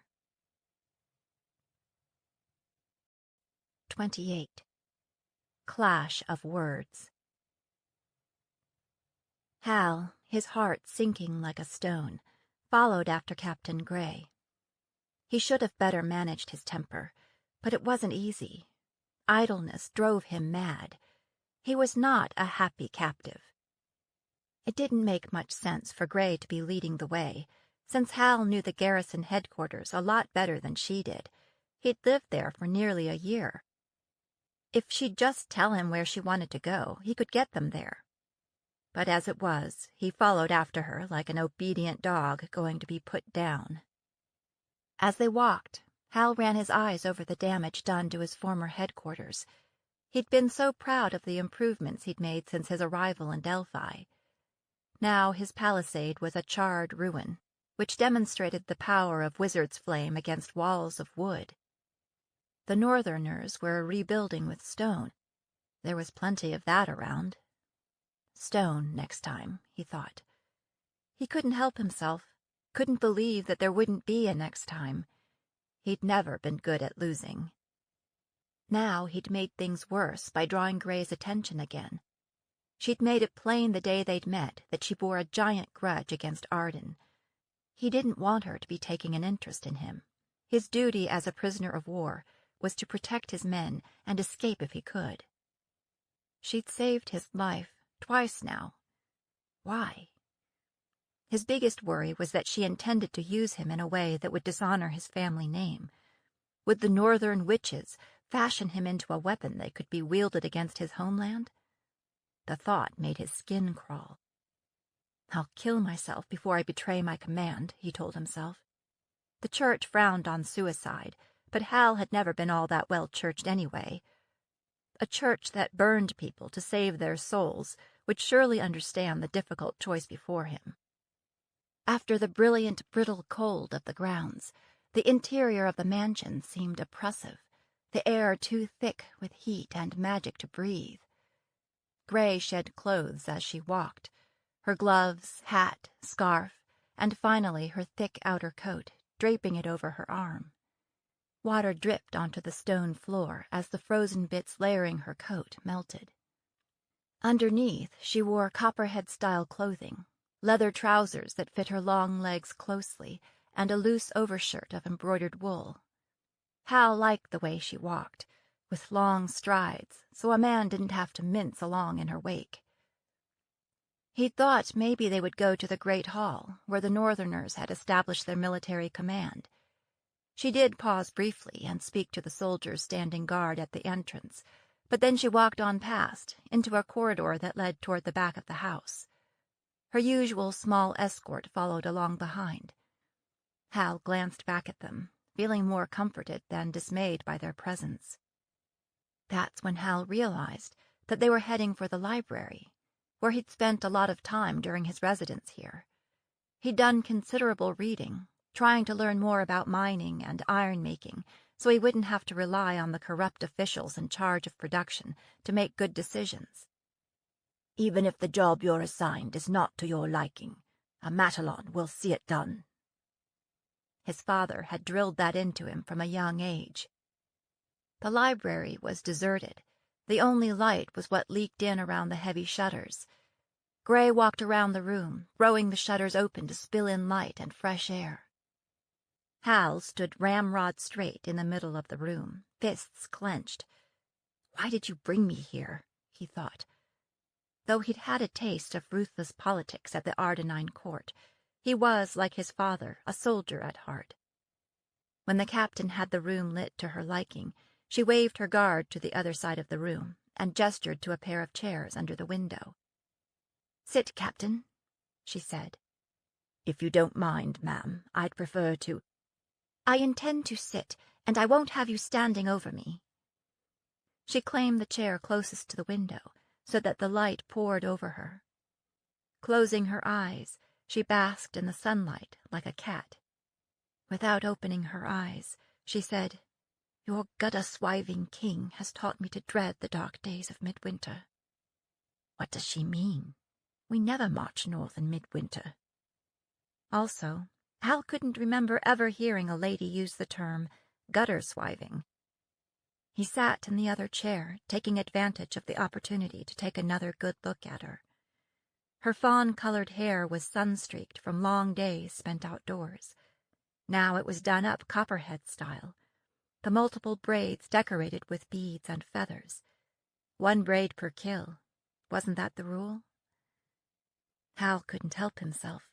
He began to count. Right then, the princess opened her eyes to catch him leaning forward from the edge of his chair, looking at her. He reared back in his chair and shifted his eyes away. Saints and martyrs, he thought. "Would you like something to drink, Captain?" Gray said. "You must be thirsty after your bout." Hal knew better than to accept that kind of offer. "I prefer to drink from the common well, Captain," he said. "I've advised my men to do the same." Gray looked perplexed for a moment, then apparently worked it out, because she scowled. Damn, he should have just said he wasn't thirsty. He wasn't here to yank anyone's tail, not if he hoped to survive. "Do you really think we would feed and house you for a week, and then poison you? That would be damned inefficient." Hal didn't look at her. He was worried he might reveal too much if he met her gaze. "Perhaps not a potion to kill, but one to turn us into something we're not." "You mean like a toad or a billy goat?" Her lips twitched, as if it was all she could do not to burst out laughing. "I know, a flock of chickens. We could use some fresh eggs around here." Hal stared at her. Did she really not understand what he was talking about? "We've heard stories of spells and potions that steal a man's courage or his strength, that cause him to turn against his fellow soldiers and kill them, that give him such a massive case of the itches that— Believe me, Captain, if I had that power, I would have sent you all home with the itches a long time ago," Gray said, wiping at her eyes. With that, she made one of her abrupt turns. "Now tell me about you and Bosley."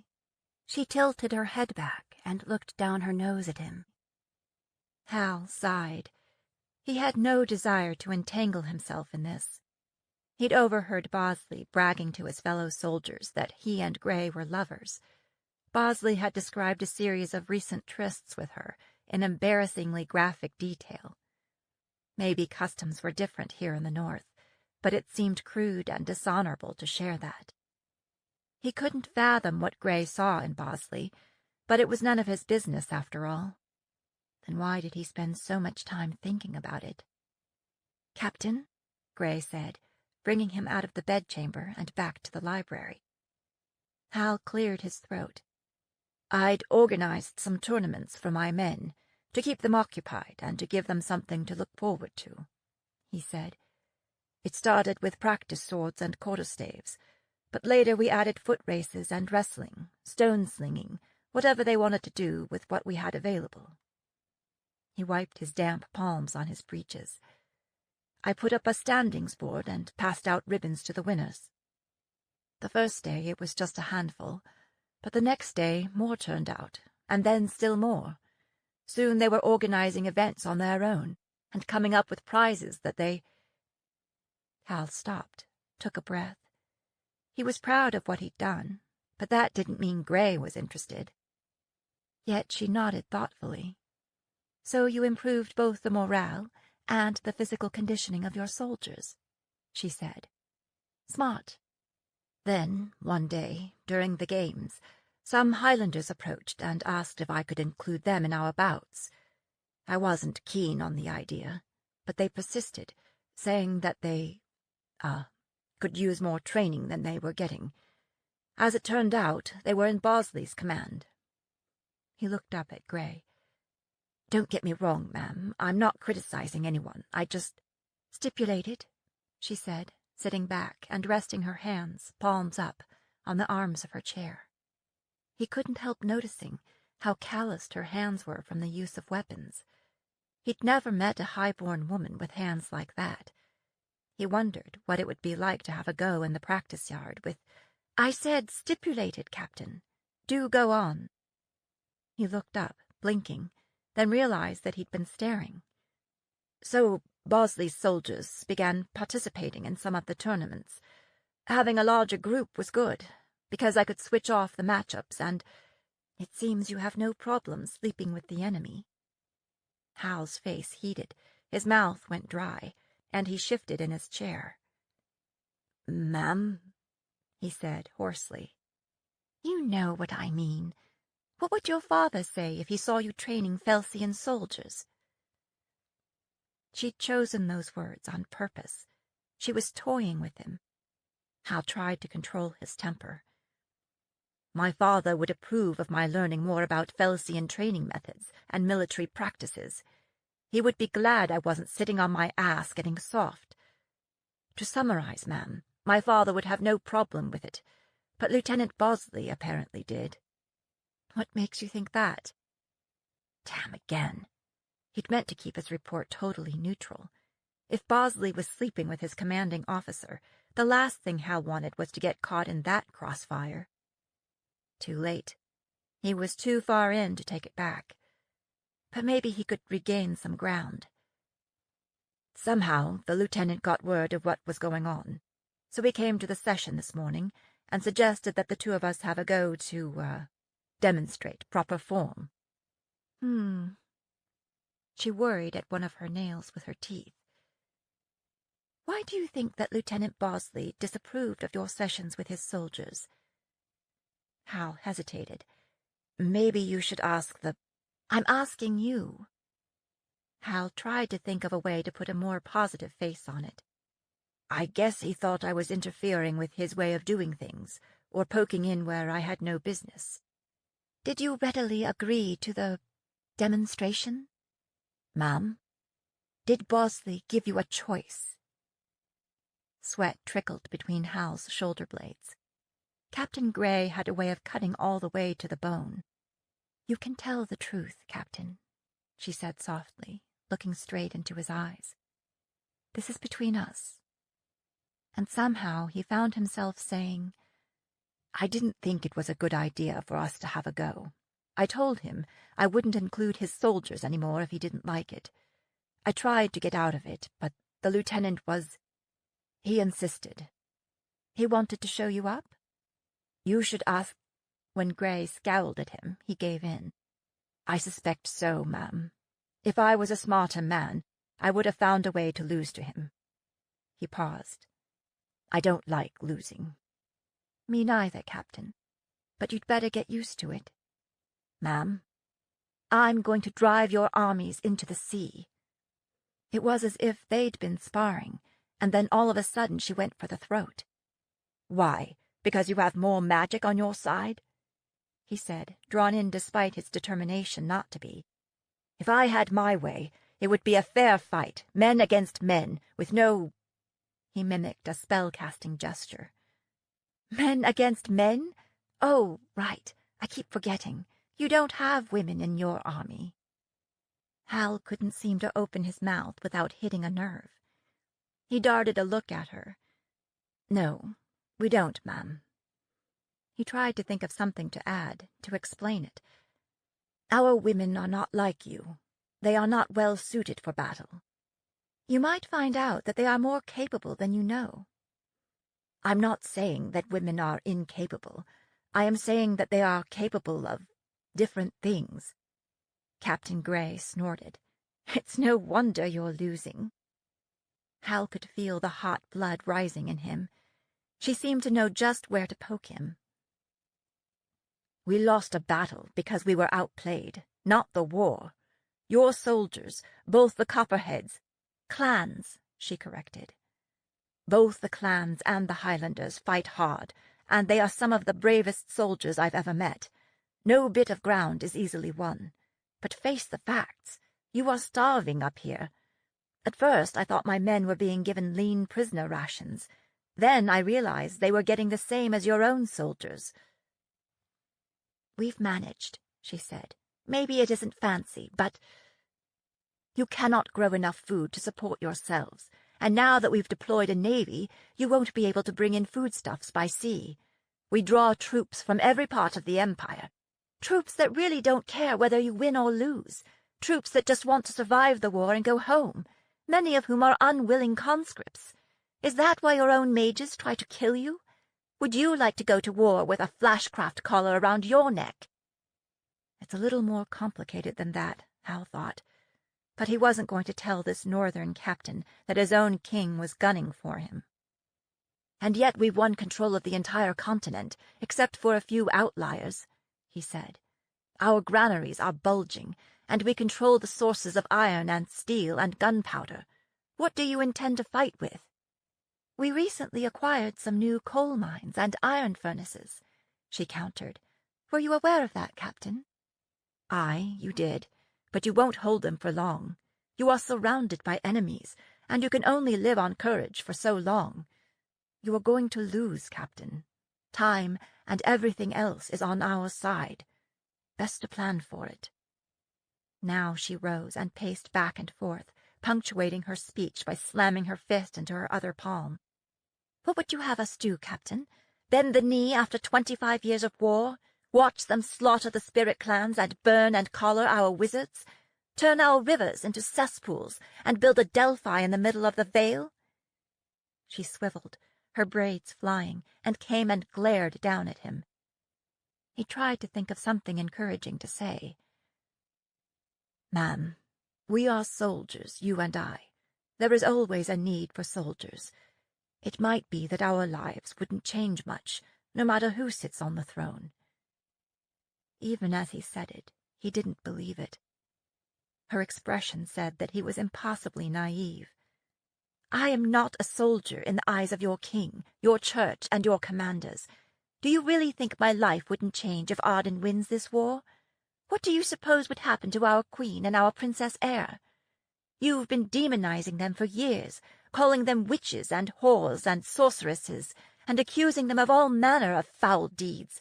Is there any way your war-weary people and your bloodthirsty church would allow them to live? She really cares about them, Hal thought. She loves her queen, that's plain to see. This is not just a job for her. Hal had always been a loyal soldier, but his relationship with King Gerard had nothing to do with love. It was duty. He'd never bought the church's argument that his king was anointed by the gods. Hal groped for a reply. How had they moved on to politics and religion, topics he was never comfortable with? In truth, he had no idea what would happen to the Felsian royals, but he wasn't optimistic, based on past experience.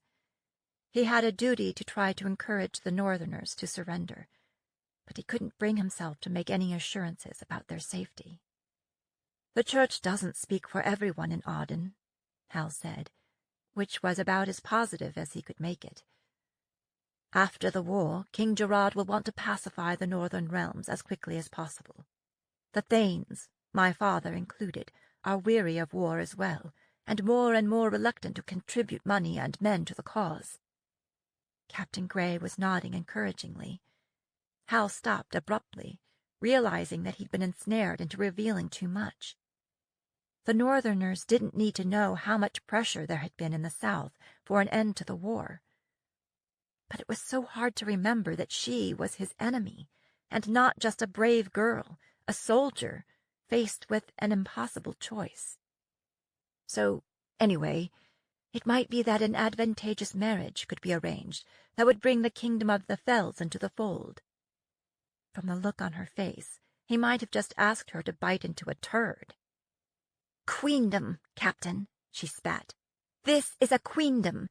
Your king made that offer to our queen more than 25 years ago. She refused him then, and he invaded, launching this war. Since then, Arden has murdered her husband and her daughter and—" she stumbled a bit, "and tried to kill her son." "This is war," Hal said. "People die. Even innocents die, unfortunately." It sounded weak, even to him, even though it was true. "I'm not talking about killing enemy soldiers in battle," Gray said.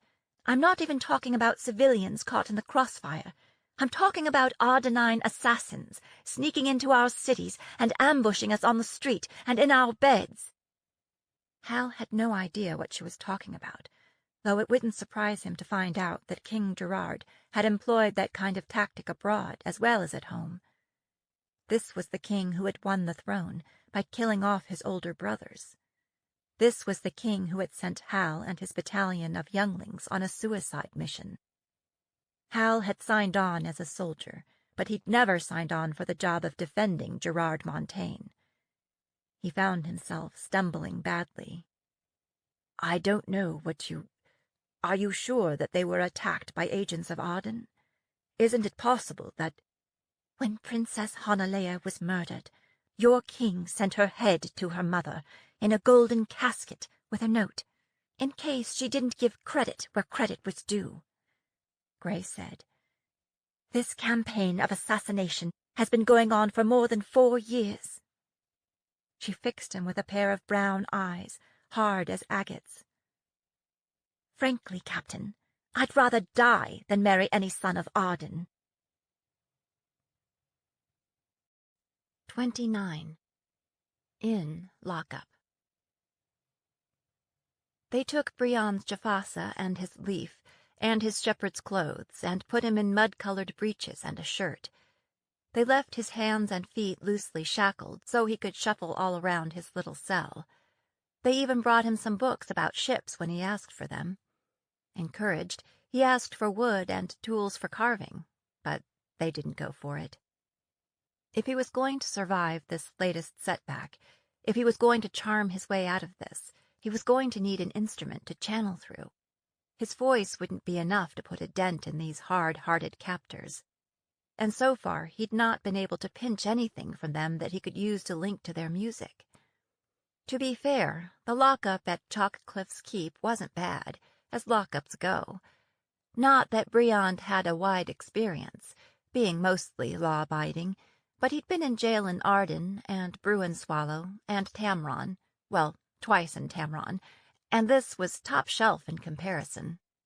For one thing, it wasn't underground, it was in a tower, and he could hear the sea through his tiny barred window.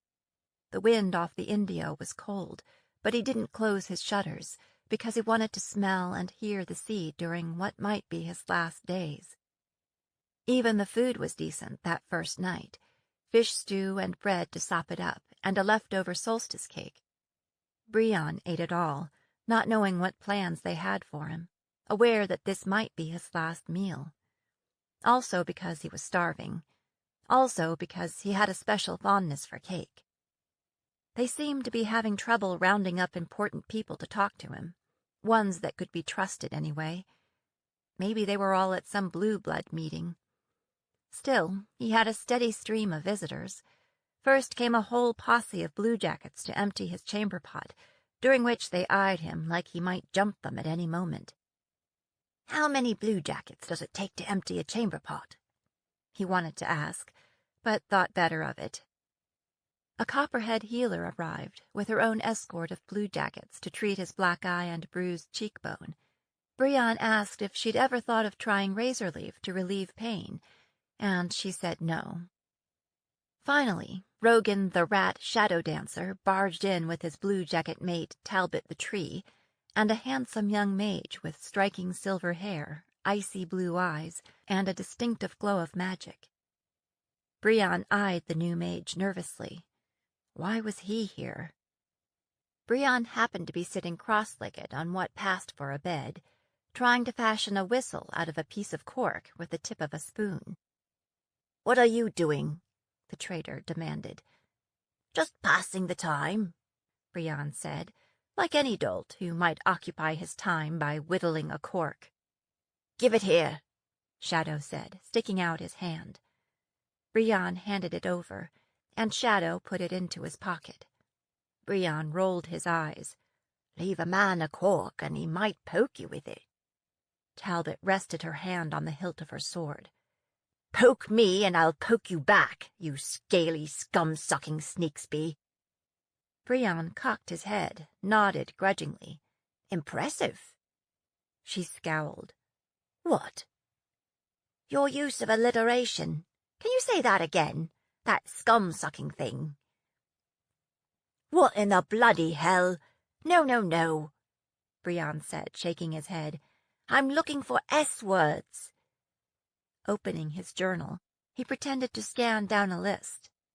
I've got slug strumming strammel and spoony sapskulled simpleton. He looked up brightly. Which do you prefer? Talbot lunged at him, but somehow Shadow got between them before she landed a blow. He gave her a talking to in a low voice, probably saying, Don't break it before we squeeze it dry. Brion couldn't say why he kept provoking her. He was like a littling who set things on fire just to watch them burn. Talbot finally settled herself. Still, she gripped the front of Brion's shirt and pulled him to his feet so they were eye to eye and nose to nose. I don't like you, she growled. I like you, he said, which might have been a bit of a stretch. Then again, let me be clear with you, Flatlander, Shadow said in a voice as cold as the northern sea. For years, your kind has been slithering into my homeland and murdering the people I care about. It's one thing to meet enemies on the battlefield. It's another to attack them on the streets or in their beds, to lure them with a pretty face and bewitching music. So, before this night is over, I will know everything you know about who hired you to lure the Princess Heir into an ambush. How quickly you tell me will determine your condition by the time we finish. Shadow hadn't been all that personable on the road, but now he'd shed whatever vestige of charm he'd shown before. He's lost someone in the war, some particular person, Brion thought. And you're the handy target who's going to end up dead if you can't keep your smart mouth shut. But it was hard to open his mouth and answer questions and keep the wrong thing from leaking out. Talbot pushed Brion down into a chair and darbied his hands to the arms. Brion was used to working an audience, and he was beginning to realize that being a smart-ass wasn't the right play here. He was beginning to realize that this might be his most important performance ever. I'll tell you what I know, he said. I've got nothing to hide, and nobody to protect. But what happens if I'm telling the truth and you think I'm lying? That won't happen, the new mage said, gazing at Brion like he was a nasty problem that needed solving. I'll use persuasion to make sure of it. Cold sweat trickled between Brion's shoulder blades. What did he mean by persuasion? Magic? Torture? Hypnosis? Could this mage really make him tell the truth? How much of the truth would he have to tell? Somehow the truth always made him look bad. Sometimes a bit of a spin helped too. I don't believe we've met, he said to the mage. I'm Finn Sulmander, the mage said. What's your name, busker? It's Brion, but I sometimes go by Bree. Brion what? Talbot sat forward, feet planted, like she was ready to pounce when Brion slipped up. Brion de Tarvos, Brion said. Does that mean you're from Tarvos? Shadow asked. Brion knew it wouldn't play well to tell them he had no idea where he was from. So he said, Yes. I mean, I assume so, hence the name. Where is Tarvos? Shadow said. Bloody bones. Who knew there'd be a geography question? It's on the seashore, he said. A harbour. I don't remember much about it. Warm brown sandstone. A sea so blue it hurt the eyes. Brilliant sunshine and cool shadow.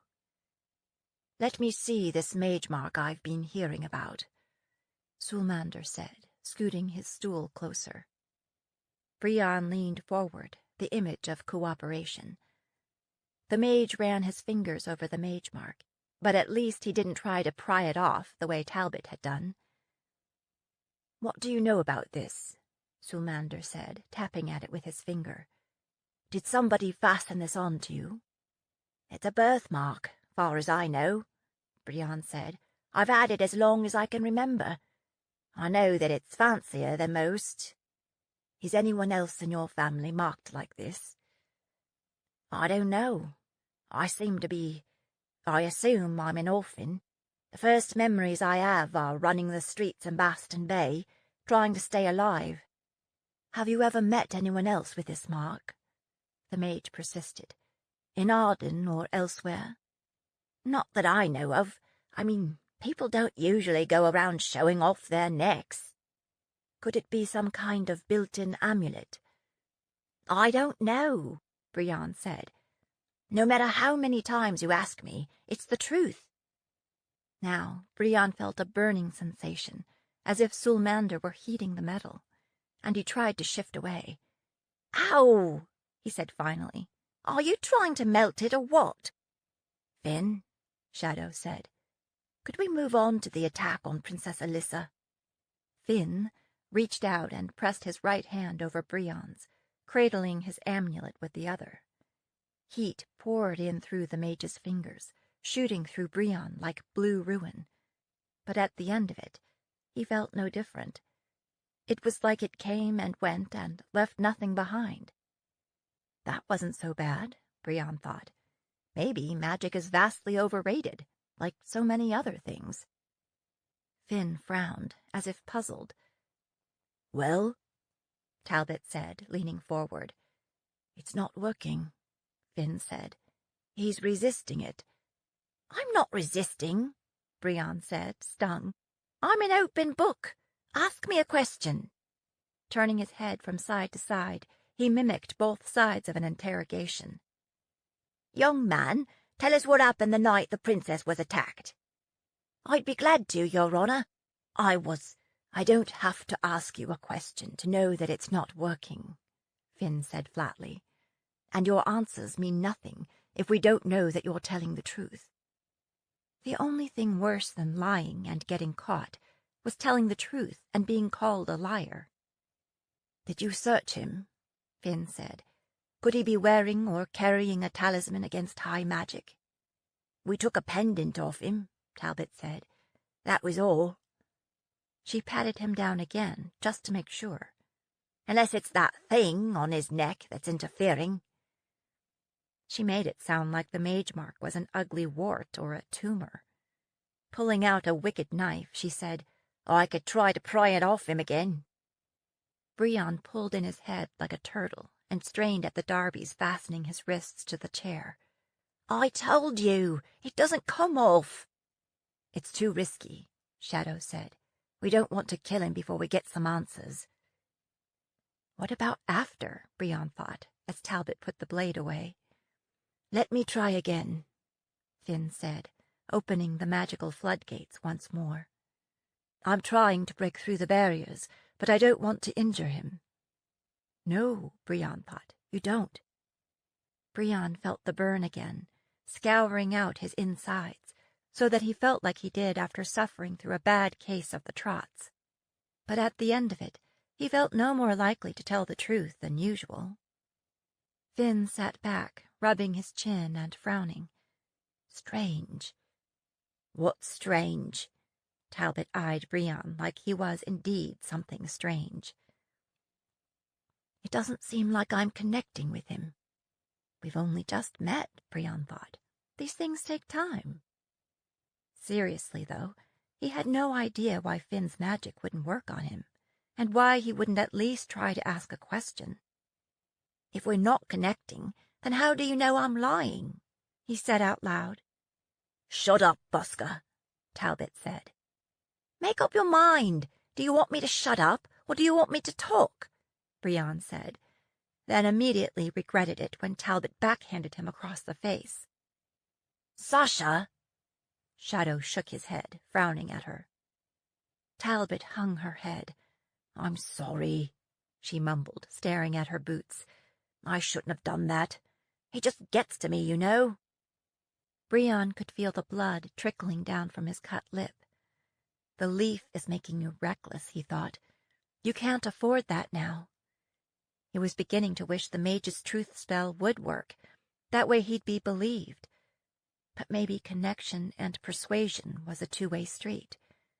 On impulse, he leaned forward, looked into Finn's eyes, and attempted to catch the thread of his music. Even if he couldn't give it back to him, he'd have more information than he did before. But Finn's eyes were like iced-over pools that he couldn't penetrate. Brienne could hear no song at all. Was it because Finn was a wizard? Had he ever tried to charm a wizard before? Maybe not. That was when Brienne's chair burst into flame. Brienne screamed, twisting and turning, unable to get free. Quick as thought, Talbot snatched the quilt from Brienne's bed and tried to smother the flames with it, but the chair kept burning. Finally, Talbot cut through his bonds with her knife and freed him from it. Then Finn put it out with some kind of charm. What was that all about? Finn demanded, kicking at the heap of charred wood. What purpose did that serve? If you were trying to kill yourself, there are easier ways. Me? Brienne gasped, tears leaking from his eyes. His arm was blistered from wrist to elbow. I don't know what the hell happened, but it wasn't me that did it. Do you think I'm stupid enough to set myself on fire? We have no idea how stupid you are, Finn said. Brienne didn't even try to respond. He was in a sea of agony that rolled over him in waves. Even adding up all the painful experiences he'd ever had, nothing compared with this. If he'd ever had any plans to set himself on fire, this experience had set him straight. Just kill me, he thought, or cut off my arm, which has to be less painful than what I'm feeling now. Finn looked up at Shadow and Talbot. Shall we continue with... No, Talbot said. This was so unexpected that everyone turned and gaped at her. Can't you see how much pain he's in? She said, looking stricken. We have to take care of his arm. Look, why don't I come back and try again on my own? Finn said, as soon as he's feeling better. Let's hold off for now, Shadow said. We've sent word to Captain Byrne and the Queen. I'm sure Princess Alyssa will want to question him herself. With his mind in a fog of pain, it took Brienne a moment to process what he'd just said. Wait, what? She's alive? Brienne looked from face to face, sure this was some kind of ruse or trick or ugly joke. The princess is alive? Aye, she is, Talbot said. Lucky for you. But 2 of her escorts was killed in the attack. That ought to be enough to hang you. From good Charlie to bad in a twinkling. But Brienne didn't care. He hardly noticed when the healer came in. Having that guilt over the girlie's murder lifted from his shoulders was almost worth the pain. 30. Good news and bad news. After the disaster of his interview with Captain Grey, Hal continued his tournaments, but once again restricted them to his own soldiers. Grey came and watched the workouts 2 days in a row. Hal assumed it was to make sure they weren't stockpiling weapons or planning an escape or playing with the other team. On the 3rd day, Grey called him in after the competitions were over and suggested that they organize a series of meets between volunteers from both the Highlanders and the Ardennine army. Hal tried to see a trap in that. Were they looking for a sporting way to finish them off? Food was in short supply, after all. It must be costing them to feed the remnants of his squadron. You're not worried that either side might forget that it's a game? He said. We'll still use rebated and wooden weapons, Grey said. I'm thinking we could field mixed teams, designated by color, so it's not Northerners fighting Southerners. We'll start with competitions that don't involve one-on-one fighting. No mages. She nodded readily. No mages. What about women? What about them? Would they be participating? If they volunteer, Gray said, lifting her chin, that familiar flame of warning lighting in her eyes. Why do you ask? I just wondered, Hal said, shifting from foot to foot. As long as your soldiers know the risks, and as long as they volunteer, I can't imagine there would be a problem, Gray said, stuffing her hands in her jacket pockets. From her expression, she'd scored a point on him, but it took Hal a moment to work it out. His upbringing had given him no skills to deal with this. Why are you doing this? He blurted. She looked at him as if it must be obvious. I'm impressed with your program, Captain. I'm hoping that we'll all learn something. Again, some of Hal's men were wary of the matchups after their previous experience, but others clearly looked forward to demonstrating their skill with martial arts. Generally speaking, the Northerners were not highly skilled in classical longsword fighting, of the sort Hal had been brought up on. That made sense, since they did most of their fighting from cover and from horseback, in a hit-and-run fashion. When they did fight with swords, the match was not always decided at the end of a blade. They cunningly combined grappling and footwork with swordplay, and could often gain the advantage over a stronger arm. That came to be called Northern rules in their bouts, and it leveled the field between men and women more than Hal had expected. Most men were stronger and taller, with a longer reach, but that didn't mean that they would win every single time. Hal had to admit that in a real battle situation, there were no rules. The clans did not deign to participate in most of the contests, since they used few of the weapons Hal's men employed. The exceptions were knife-throwing and wrestling, skills they excelled in. Time and again, Hal ended up pinned to the ground. Some of Hal's men grumbled at that, but the bouts were, after all, voluntary. One afternoon, Hal found himself facing off with Captain Gray at the longsword. He'd been matched with her twice before. He'd won both of those matches, but it hadn't been a walk in the park. She was tall and strong for a woman, and she had a long reach as well. And it seemed like she'd watched every one of his matches since. They came up face to face and bowed to each other, and Captain Gray said, "Northern rules?" which to Hal's mind meant no rules at all. "Northern rules," he said with a shrug. "Go to," the matchmaster said, and they went at it with a will. It seemed Gray had learned something from her study of his previous matches. Almost immediately she drove in close, so they were all but nose to nose.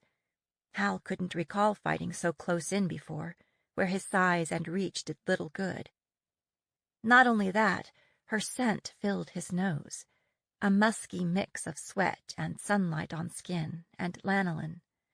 She thrust out a foot and tangled his ankles, and he went down hard on his back, the air exploding from his lungs. Laughter rained down on him from all sides, even from his own men. "Point to Captain Gray," the master bawled. She's been spending time with the demon eye, Hal thought crossly, as Gray extended a hand and helped him up.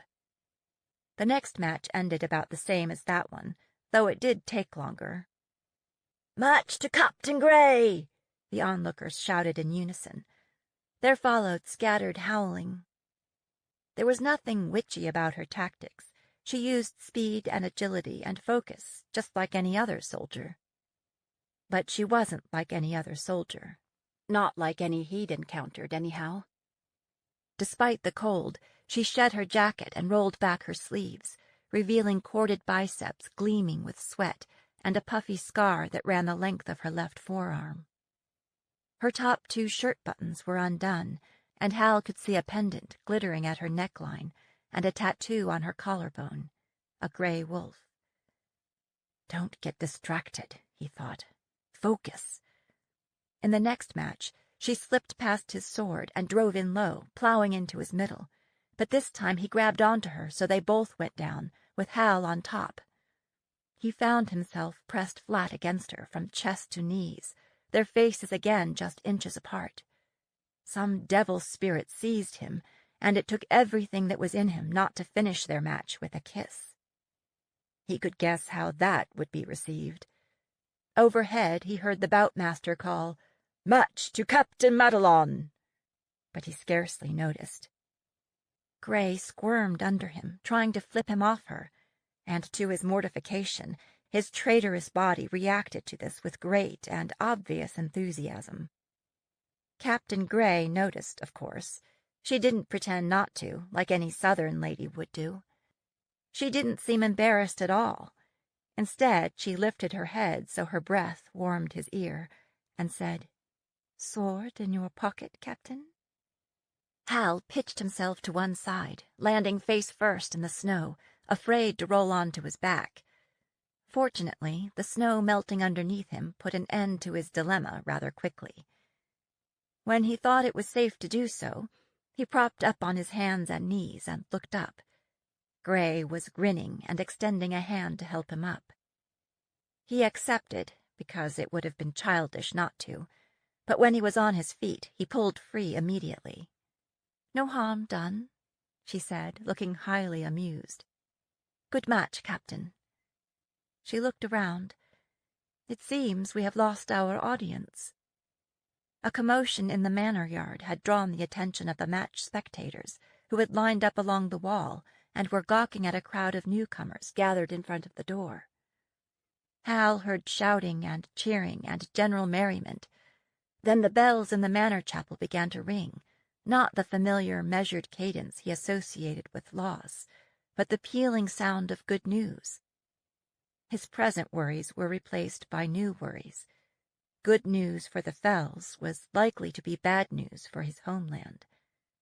When fireworks began going off, he was certain. Bad news or good news, Hal thought. It's all a matter of perspective. "Well," Gray said, "either somebody's got married, the Queen's delivered demon twins, or we've won the war." She seemed to be waiting for a reaction to this latest poke, but Hal declined to play. He'd had enough schooling for the day. "Which of those possibilities do you think is most likely, ma'am?" he said stiffly. Her smile faded. "Maybe we should go see what's happened." She picked up her jacket and shrugged into it, smoothing her hair with both hands. Madelon straightened his shirt, following with his uniform jacket. It was in bad shape, torn in places and stained with blood and dirt. He'd attempted to rinse out the stains, and he'd done his best to darn the rips with his careful stitches, but it wasn't much of an improvement. At home he would have replaced it long ago. She studied him critically as they walked toward the crowd. "Your jacket looks like it's seen hard use. We could probably get you something else to wear." "This serves," he said gruffly. "It helps me remember who I am." In the entry of the manor house stood a slender, dark-haired woman dressed in traveling garb, wool trousers, a heavy wool coat, and boots. Next to her stood a tall, weathered blue jacket with an elaborate sword, and two other women. One wore a Highlander uniform. The other was Lady Barrett, who'd interviewed Hal several times since he'd been taken prisoner. She'd returned to the capital a week ago. Now she was back with some companions. Captain Gray seemed exceptionally glad to see them, because she charged forward, leaving Hal behind. Before she reached them, though, she seemed to remember herself, skidded to a halt and saluted, bringing her fist to her chest.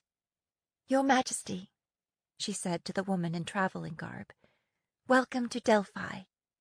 "Thank you, Captain Gray," the newcomer said with a warm smile. "Your Majesty."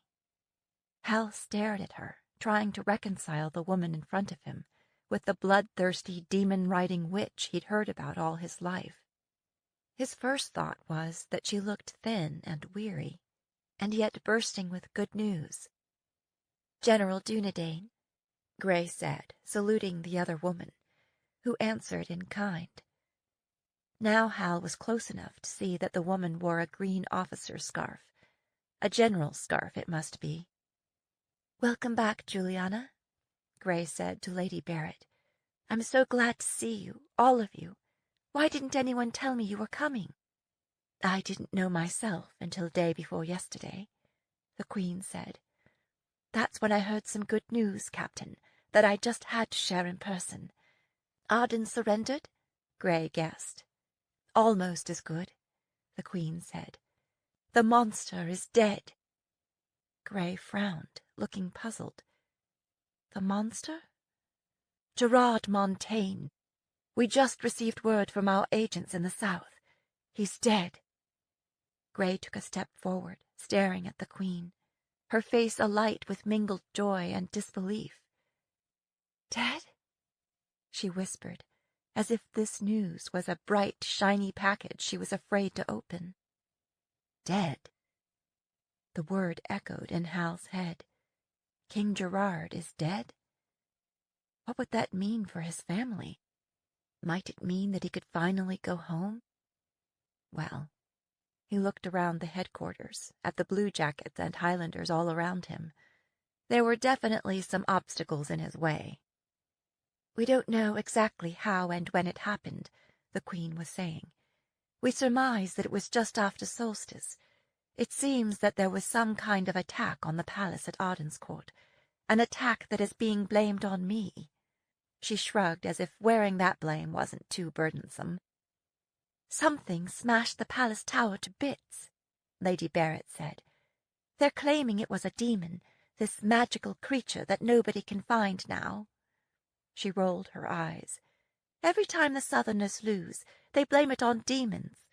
Supposedly Montaigne wasn't killed in the attack, but was so despondent afterward that he threw himself from the tower."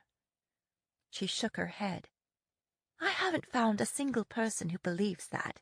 Whenever Montaigne got a little down, he just murdered a few people, and that set him to rights."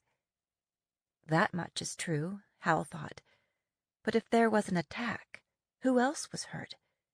It was the winter season, after all, when his family was likely to be at court. He edged forward, unable to contain himself. "Was anyone else killed or injured?" They all turned round and looked at him. "Have we been introduced?" the Queen said, cocking her head, fixing him with green eyes that seemed to look right through him. Gray jumped in to explain. "Your Majesty, this is Captain Halston Matalon, the former commander of the Ardenine forces here in Delphi. Captain Matalon, meet Queen Reza Anna Mariana." "Captain Matalon," Queen Reza said. "I met your father once or twice when I was a little girl. An impressive man, and far too good a soldier to be fighting on the wrong side. I've heard that you are highly capable on the battlefield as well." "Thank you, ma'am," Hal said, keeping his eyes fixed on the ground. "But if I were highly capable, I would not be standing here a captive. I would have won." "Don't be too hard on yourself, Captain," the Queen said. "Captain Gray is one of our most well-respected commanders." She winked at Gray, who looked as if the Queen had just handed her a bouquet. Queen Reza put her hand on Barrett's shoulder. "Lady Barrett may be able to answer your question about casualties. She's read all of the dispatches in full." Barrett nodded. "There were some casualties in the attack, but we don't have names. From all accounts, Queen Marina and the 2 children survived. Prince Jarrett has been crowned king." Hal had met Prince Jarrett a few times. He hadn't come away impressed, but it was hard to imagine that the prince could be worse than his father. The Queen kept studying Hal, as if working out what manner of a man he was. "Captain Matalon, Lady Barrett has heard other news that you, in particular, should know," she said. Barrett took a second look at the Queen, as if to verify that she really wanted her sharing anything with Hal. Then she shrugged and said, "Apparently there's been considerable grumbling among the Thanes following the loss of Delphi. Some have refused to offer more men and more money to the war effort." "I see," Hal said, in what he hoped was a neutral way. This was nothing new. He recalled his conversation with his father just after his reassignment to Delphi. Lord Madelon had blamed it on his own outspoken criticism of the war. The Madelons had long resisted funding King Gerard's obsession with the frozen north. Now I'm told that several of the most powerful Thanes, including your father, have publicly broken with the king over the issue. Before the king died, of course. Hal straightened, his stomach churning. After 25 years, was the Civil War starting up again? Could the rebellious Thanes be responsible for the king's death? Civilian casualties had been catastrophic when Gerard was battling his brothers for the throne. A civil war has no winners, only losers, and is to be avoided at all costs. That was another truth that had been drilled into him since he was small. If that is true, I'm sorry that my failure played a part in that. Think of it not as your failure, but our success, Grey said, drawing a grin from Dunedain. In response, Montaigne imprisoned the families of the members of the Thane Council, including your mother and sister. Apparently, he intended to keep them as hostages against the Thane's good behavior. This was going from bad to worse. His father had warned him to stay out of the king's jail at all costs. Now Harper and their lady mother had taken his place. Harper had inherited their father's temper and stubborn streak. Who knew how she would respond in this situation? He cleared his throat. That's difficult to believe, he lied. The king must have known that my father would never surrender to pressure of that kind. Keep in mind that I have no way to verify that story, Barrett said. I'm told that the king's behavior was erratic prior to his death.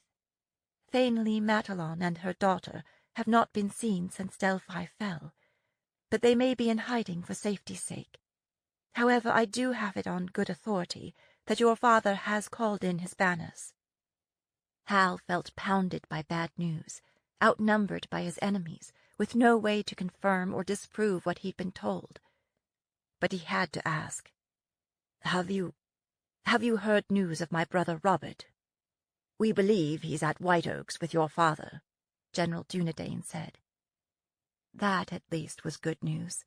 White Oaks was the seat of the Madelon holdings, and its keep would be a formidable nut to crack.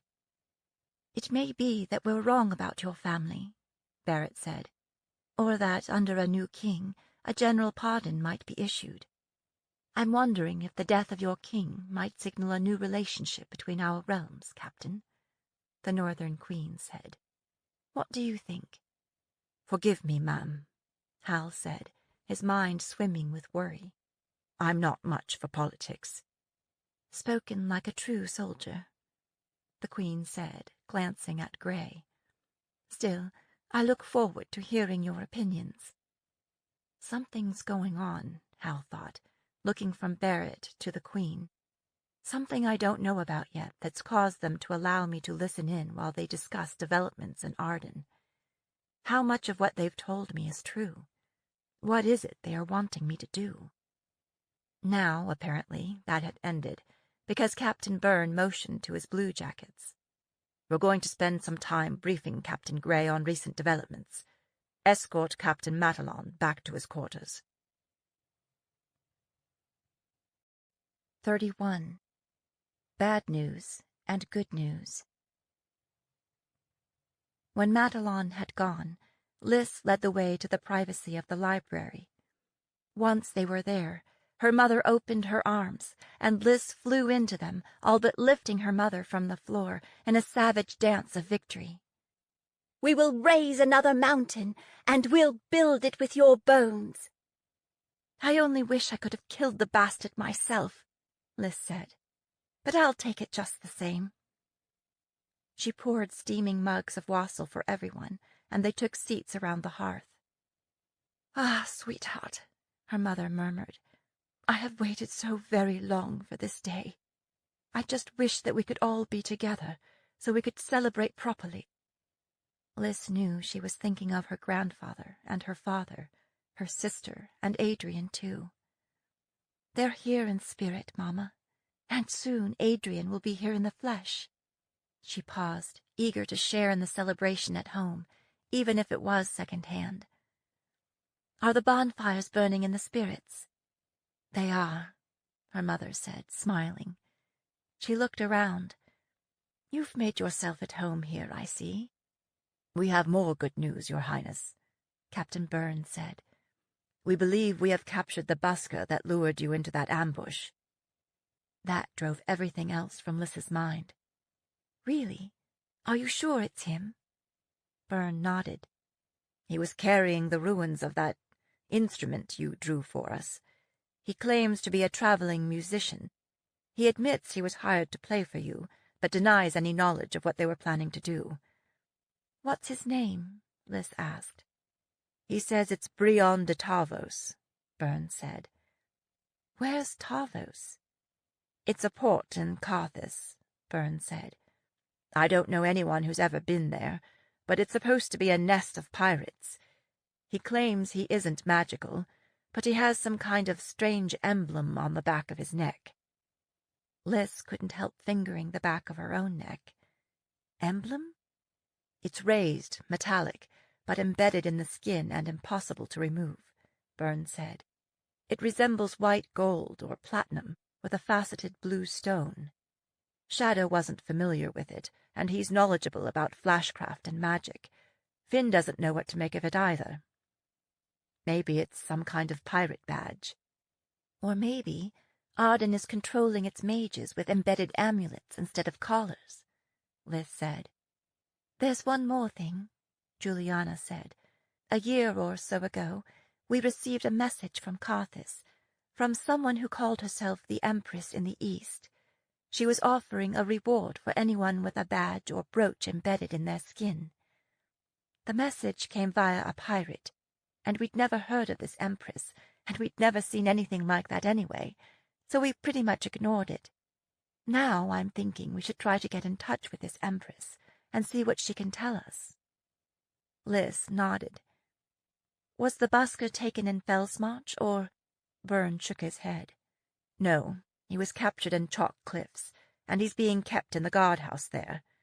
It seems that he intended to take ship for Arden, which counts against him. Shadow and Talbot and Sulmander have been interrogating him, but he's sticking with his story. I want to go to Chalk Cliffs and talk to him, Lys said, remembering the boy with the haunting eyes and the ethereal music.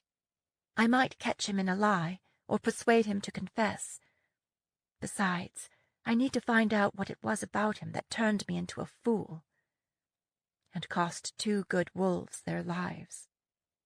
Her mother nodded, as if she'd expected that. I agree. I don't blame you for wanting to unearth the whole story, although I have hopes that, with Montaigne dead, his grudge died with him. Perhaps we've seen the end of these murders. Lys's breath caught. That hadn't even occurred to her. Was it possible?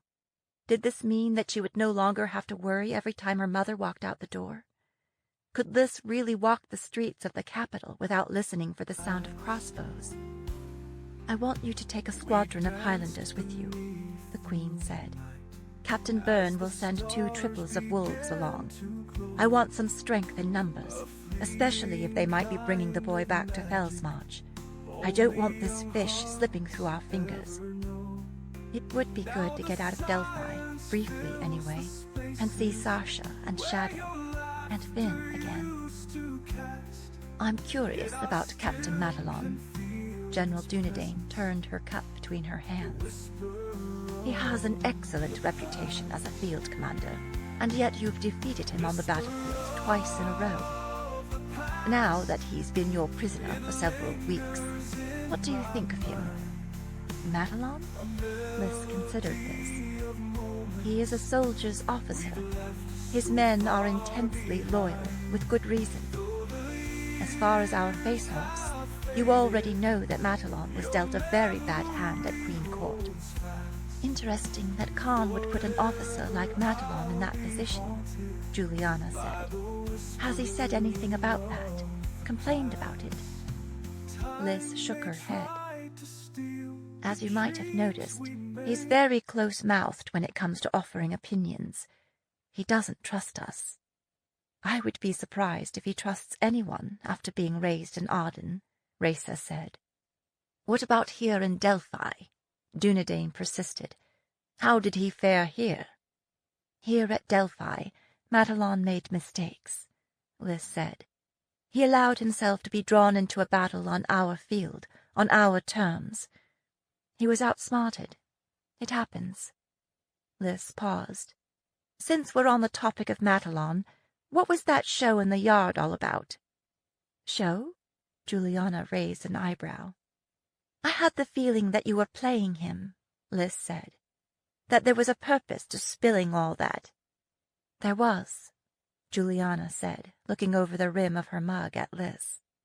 What Juliana means is that we're still trying to figure out whether Montaigne's death is bad news or good news for us, her mother said. How could it possibly be bad news? Liz stared at her mother in astonishment. I mean, you already said. We don't know much about the prince, Juliana said. Up to now, Gerard's been making all the decisions. As his brothers found out, relatives who didn't go along with Gerard's agenda paid a blood price. Now, King Jarrett will be in a position to make policy. Being 16, he's hard to predict. Queen Marina is regent, but she's never had much agency as far as we can tell. Maybe, the Queen murmured, looking unconvinced. She is a Tomlin, after all. She might surprise you. Before Gerard's death, there was chatter about some mysterious new ally who would help Arden win the war once and for all, Juliana said. We don't know if Gerard was blowing smoke or if the deal is still on the table. Meanwhile, the Thanes will likely see this as an opportunity to regain some of the power they lost under King Gerard. He'd been systematically stripping them of lands and incomes since he ascended the throne, and any one of them, Matalon Sr., for instance, might decide he'd like to be king himself. Sounds like a political mess, Liz muttered. It is, Juliana said with a kind of peculiar delight. Unlike Liz, she seemed to thrive on political messes. We can sit up here and watch, or we can try to shape things to our advantage. How would we do that? Liz said, intrigued in spite of herself. There are several possibilities, her mother said. If the civil war continues, we'll back the side that wants to make peace with us. The Thanes are likely to want peace, Juliana said, because they've been the ones paying for the war in men and treasure. They've been complaining about it for years. That was at the root of the falling out between Thane Matalon and Gerard. If the Thanes want peace and King Jarrett wants war, Liz's mother said, then we strike an agreement with the Thanes, and we send Captain Matalon back to fight alongside his father. What are the other possibilities? Liz said warily. It may be that King Jarrett and the Thanes will reconcile immediately, now that Gerard is out of the way, Juliana said. If that happens, the question is, will they want to continue this war or sue for peace? In other words, was this damnable war really all about King Gerard's hurt feelings, or is there more support for the war than we think? Liz said. All around, heads nodded. The Church of Malthus might favor carrying on with the war, since they've sold it as a battle between good and evil, Juliana said. But they have a history of standing down when confronted with the power of kings and princes. If they choose peace, then prisoners will be repatriated, the Queen said. Matalon goes home. Juliana and the Queen must have worked all this out between them before they came, Liz thought, with a flicker of irritation. Juliana was good at this. She was so damned good at it. And yet... And if it's war? If everyone's in the war party, then we don't want to send young Matalon back to them, the Queen said. Not only is he a capable military strategist and commander, but we would lose whatever leverage he gives us. You heard what he said about his father, Liz said, that he wouldn't... I know what he said. From what I know of Matalon Sr., the captain may be right. But sometimes, when the money's on the table, we make a different choice. When the money's on the table? What the hell did that mean? Lys's temper flared. What happens if they refuse to deal? She said. Do we cut off his head and send it to his father in a box? This was met with shocked silence. No, Alyssa, we do not, her mother said, her voice thick with disapproval. Nor do we throw him into a dungeon. You should know better than that. He'll be kept in comfortable quarters suitable to his rank. He is a prisoner of war, after all. What if he doesn't go along with your plan? Lys said, looking from Juliana to her mother. What if he tries to escape? She gestured at their surroundings. This was never intended to be a prison. It's right on the border, and it's not very secure. We know that, her mother said. That is why we're going to move him to a more secure location. She paused. I want you to take him with you to Chalk Cliffs. Lys's mind was already racing, divided between travel plans and the tactical conversation. Now it screeched to a halt. Madelon? Why would I take him along? I'd like to get him out of Delphi and into the Fells. As you pointed out, this location is not at all that secure. There's a keep at Chalk Cliffs that's suitable. So I shot my own self in the foot, Lys thought. She didn't like any plan that used Madelon as a game piece, and now she would be helping to move it forward. Plus, the last thing she needed was to babysit a prisoner all the way to the coast. Let Juliana escort Madelon to prison if she's so keen on the plan. That's not a good idea, Lys said, after discarding, that's a terrible idea, and that's a stupid idea. Why not? He'll try to escape the first chance he gets, and that's going to be even harder to prevent while we're traveling. He's going to be hot to get back to Arden and see what's what with his family. Her mother rubbed the back of her neck. We can hardly blame him for that. If he tries to escape, do we shoot him? Lys's voice was rising, and both her cousin and her mother were staring at her as if baffled. You must make sure that doesn't happen, the Queen said. Lys was a little baffled herself. Why was she standing up so strongly for Madelon? What exactly did she want done with him? Did she have a sense of ownership because she had been the one to spare his life in the first place?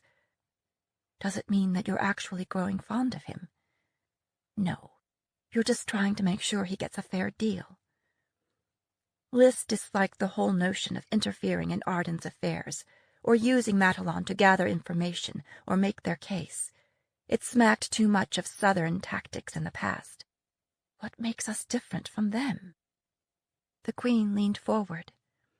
Try to win him over, Alyssa. It seems to me that you have a lot in common. I'm hoping that once he understands that we're not all witches and demons, he'll be an ambassador for us once he goes home. If he goes home, Lys said. If you're going to take him hostage, it seems to me that it would be better to take him back to Fellsmarch, where there's a stronger keep. If we make a deal with the Thanes, it will be easier to send him back to his father by ship, Juliana said. It's too risky to send him overland through Arden. Madelon's a soldier, Lys thought. A good soldier. He's done nothing wrong. Leave him be. I know this doesn't sit well with you, Alyssa, the Queen said, twisting her wolf ring. But the stakes are very high. This is war, and we have to fight it on every battlefield. As you know, we've been struggling. Your capture of Delphi and Montaigne's death are the first bits of good news we've had in a long time. If we play our cards right in Arden, we could end this bloody war and have an ally to the south for the first time in my lifetime. We might even regain some influence over the other realms. If we back the losing horse, we could be paying for it for years. She paused, and when Lys said nothing, added, This is not a negotiation. These are my terms. Otherwise you can stay here or return to Fellsmarch with me. If those are my choices, then I accept your terms, Lys said, looking her in the eye. Good. Now, the Queen said, raising her glass, I would like to raise a toast to the brightest winter solstice in a very long time. The sun has come again, thank the Maker. It may be that our solstice curse has finally broken." They all drank deeply, and Byrne poured more. But Liz couldn't help worrying that the fates were listening and making their own plans. 32. On the road to Chalk Cliffs. Just a day after the Queen of the Fells arrived, Hal was playing Nix and Bones by the fire with Bernard and Littlefield. They'd set up a regular game in the afternoons when the weather was bad, which was nearly all the time. Bernard was one of the survivors of the Ardenine garrison. Littlefield commanded one of the Felsian squadrons and reported directly to Captain Gray. Others sat in as they came available. Hal had made a point of getting to know as many Northerners as possible. He reasoned that he could use all the friends he could get. Captain Gray appeared at the guardhouse door, wearing a scowl. "Madelon, pack your things and be ready to ride out early in the morning." There wouldn't be much packing up to do. All he had was the clothes on his back, his cold weather gear, and 2 changes of small clothes. "Where am I going?" he asked. "You'll find out." When Gray went to turn away, Madelon said, "Ma'am." When she turned back, he said, "Shall I tell my men to get ready as well?" "No," she said, "just you." And she was gone. Hal turned back to his companions. "Does either of you know what this is about?" He was mainly directing this at Littlefield, who was, after all, Captain Gray's direct report. Littlefield shook his head. "I'll see what I can find out." That evening, Littlefield found Hal in the practice yard. "It's all hush-hush, but I heard that one of Captain Barnes's squadrons is riding out tomorrow, too." He shrugged. "I couldn't see the harm in telling you that much." Was this good news or bad news? "Thank you, Littlefield," he said lightly. "I appreciate it, and if I never see you again, I forgive you the 5 crowns you owe me." "And I'll forget the 17 crowns you owe me," Littlefield said. Growing serious, he clasped Hal's hand. "Good luck to you, Madelon." After Littlefield left, Hal leaned against the palisade, thinking. He didn't like the idea of being separated from what remained of his command. It wasn't that he had illusions that he could protect them against whatever harm might come their way, but at least he would have been there as their advocate. It was one of the reasons he'd stalled on planning an escape from the compound, and now it might be too late. Whatever the plan was, Captain Gray didn't seem happy with it. What did that mean? Did it mean that the Queen and her party would be escorting him back to Fellsmarch for safekeeping? Would Captain Gray be riding along? He found himself hoping that she would be. In the time they'd spent together, he'd become convinced that she was not a witch, only a soldier like himself. They'd come to an understanding, a relationship of mutual respect. He'd learned a lot and had realized that she had a lot more to teach him. He hoped that she was learning something, too. She fascinated him, challenged him, sometimes enraged him, but she was never boring. "Don't lose your head, Madelon. Don't let it distract you from your mission." It didn't matter where they were taking him. He had his own plans. It turned out that Captain Gray was in the party that left the Delphian army headquarters before dawn the next morning. To Hal's dismay, Lieutenant Bosley was too. It seemed that he was the commander of the squadron of Highlanders Littlefield had mentioned. There was also a swarm of bluejackets who seemed to be assigned to watch over Hal. He saw their colors peeking out from under their white woolen cloaks. Hal's mount was one of the shaggy mountain ponies his captors favored, which was just one more sign they were heading north. He was grateful for the thick wool cloak, tent, and bedroll the quartermaster gave him. Those would be helpful when he struck out on his own. He was less grateful for the shackles Bosley brought. "What's this?" Hal said, eyeing them unhappily. That would complicate things. "Captain's orders," Bosley said with a smirk. "Give me your wrists, Flatlander." Hal thrust them toward Bosley. "Do you really think I'm stupid enough to try to escape into the mountains in the winter?" "Doesn't matter what I think," Bosley said. "It's what Captain Gray thinks that matters." Bosley always said Captain Gray, like it was some kind of secret joke. What the hell, Hal thought. Does he think it's amusing to be using such a formal term for his lover? I wonder what he calls her when they're alone. Not your business, Madelon. At least the little pony was easy for Hal to mount, even with his hands bound, but he felt a little foolish sitting atop her. As Hal had expected, they put their backs to Arden and rode into the mountains. After studying the map he'd taken from a drawer in the duty room, he'd guessed they might take the main road north through 2 clan camps to the capital of Fellsmarch. Instead, they took a path that was little more than a hunting trail that seemed to be heading north and east. In places, the snow was drifted so high that a horse and rider might completely disappear if he made a misstep. Vast portions of the country they were traveling into appeared completely empty of roads or trails. He was beginning to question his ability to find his way back. If he planned to escape, it made sense to do it sooner rather than later, so there would be less chance of getting lost and less distance to cover on his way back south. As they climbed, Hal began to appreciate the merits of these shaggy, stocky ponies. They were strong and sure-footed, with no delicate long legs to slide and break in this icy terrain. They had incredible stamina, seeming unfazed by a day-long uphill climb. Maybe he should introduce a breeding line of ponies into the Empire horse lines, though it would be a job to persuade any of his fellow officers to climb aboard one. He'd hoped to talk to Gray during the day and see if he could tease more information out of her, but he never had the chance. The trail was so narrow that there was little movement up and down the line. He was surrounded by bluejackets, while she must have been riding in the rear with the Highlanders, with Bosley.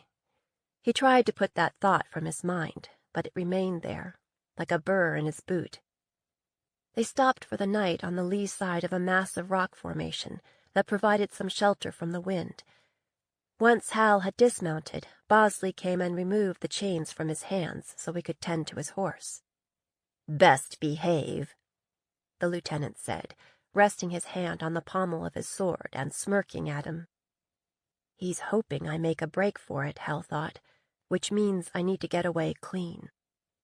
His blue-jacket nannies chose his campsite for him, well within the perimeter, then set up their tents all around him. Hal methodically pitched his tent and arranged his bedroll to his liking. He saw Bosley pitching a large, rather more elaborate tent nearby. Was it Captain Gray's? And a smaller, plainer one next to it. To Hal's disappointment, his escorts picketed all of the horses together and set a guard on them. Hal took his supper of hard bread and cheese, surrounded by bluejackets, none of whom he'd met before. When he tried to start a conversation, they had little to say. The Witch Queen was taking no chances that her prize would slip away. The Highlanders were bunched around several other campfires, and Gray was with them. He could hear them talking and laughing and showing off the way men, and women, apparently, will do around the fire. Now and then he heard Bosley's voice above the rest. That did not improve his mood. It was almost as if Gray was avoiding him. "What's wrong with me?" Hal thought crossly. "I'm the prisoner of the Upland Queen. Gray has no reason to avoid me, or spend time with me, or think about me at all." He couldn't help himself. She was unlike any woman he'd met before. Granted, he'd never spent much time with women other than family, because he'd been a soldier in his father's command since he was 11 years old, and, as the captain relentlessly pointed out, there were no women in the Ardenine army. During the winter social season, he dutifully attended the parties he was invited to, and danced with the girls who were matched up with him, and kissed the ones who were willing. He enjoyed dancing and kissing well enough, but when it came to talking to them, he had little to say. They were not interested in the same things as he was, and he'd find himself fleeing to the billiards room or the cards room as soon as politeness would allow, just like his father before him. He'd never worried about wooing, because he knew he'd have little to say in a final match anyway. That would be dictated by family and politics and dowries and holdings. When it happened, he would make it work. Even if the job you're assigned is not to your liking, a Matalon will see it done. Gray was different. She was interested in all of the same things as he was, even though they agreed on practically nothing. She would debate any point into the dust, allowing no compromise, not even an agreement to disagree. Truth be told, he'd rather argue with Gray than make small talk with anyone else. Was he drawn to her because she was more like a man than other women he'd known? Was it because he was more comfortable with his own kind? No, she made him uncomfortable in all kinds of ways. Hal crawled into his tent, weighed down by the realization that he wasn't going anywhere. Not tonight, anyway. Sometime during the night, he awoke to loud voices nearby, some kind of an argument. Lifting his tent flap, he peered out and saw that it was Gray and Bosley, standing in front of the 2 tents Bosley had pitched earlier. Gray was in Bosley's face, flinging her hands around in that way she had. Bosley had both hands up as if to ward her off, and he was talking fast and persuasively. The next thing Hal knew, Gray was waving a dagger under Bosley's nose. With that, she turned and crawled into the smaller tent. Bosley stood glaring at the tent, hands fisted. After taking a quick look around, he crawled into the larger tent. Lovers' quarrel? It's not your business, Matalon. Still, he went to sleep, smiling. 33. In the Ruins. 2 days later, they were still traveling northeast, and Hal still hadn't made his move. When the weather was clear enough, he could see the massive peak of the Harlot to his right, so he knew they had traveled quite a distance to the east. Toward midday, they entered a broad, flat valley, and he realized they were at the western end of Queen Court, the scene of his late summer humiliation at the hands of Captain Gray. Look on the bright side, Halston. At least this way he would get to see the veil that had been his target. He'd never made it that far on his earlier visit. Though they were walled in by mountains and the fields were snow-covered, the fertile valley reminded Hal of home, with its farmsteads and hedgerows. Here and there, plumes of steam signaled where the hot blood of the uplands broke through a thin skin of rock and soil. This is what we were supposed to burn and destroy, had we made it through the pass, he thought. Now I'm just as glad we didn't. Unfortunately, he was seeing a lot more of Bosley than he was of Captain Gray. Each day before they mounted up, Bosley shackled his hands, taking his time, enjoying the moment. Each night, when they stopped, Bosley removed the bonds, taunting him, daring him to try to escape. Hal envisioned himself wrapping the chain around Bosley's neck until his smirk disappeared, and then escaping. What could Captain Gray possibly see in him? Bosley's speech and attitude said that he was high-born, but Gray didn't strike him as a soldier of fortune, someone who would marry for money. How do you know that? What do you really know about her, anyway? Where was she born? Did she always know she wanted to be a soldier? What did she like to do when she wasn't in the field? Does she share your aversion to smoked snails? It's not your business, Matalon. That was becoming his new motto. He needed to leave, and leave soon. They camped for the night beside the remains of the Queen Court Keep. Hal had always been fascinated by castle architecture as it related to defense and offense. Before the winter dark came down, he walked around the outer perimeter, assessing strengths and weaknesses. His guard didn't even bother to follow him.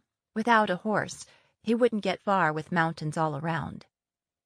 This keep lacked the thick stone skin Hal associated with northern castles. Even when newly built, this would not have been hard to crack. Now, if he occupied this keep, how would he go about defending it? Hal honored the crumbling wall by entering through the ruins of the old gate instead of climbing up and over. There wasn't much left of the buildings inside the wall, either. It appeared that the original structure was built largely of wood, and centuries of punishing weather had returned it to the earth. All in all, to call it a keep was being generous. This reminded him more of manors and hunting lodges in the gentle south of Arden, built for beauty, not for strength. Hal stood, hands on hips, studying on it. The best way to defend this place was to prevent the enemy from reaching the walls in the first place. He'd clear away the trees that had crept in all around, then position bowmen at the corners with— "I'd dig a moat," somebody said, "and fill it with water gators." Hal spun around, groping for a sword that wasn't there. It was Gray. She was perched in a niche in the wall, one knee bent, the other leg extended, a sketch-pad on her lap. "That would be a start," he said, "but it wouldn't keep them out for long." "At least I'd get to see some of them eaten," Gray said, displaying her fierce smile. "It puzzles me," Hal said, picking up a loose stone and tossing it over the truncated wall. "How did they ever expect to defend it?" "It never had to be defended. This is a relic from a different time.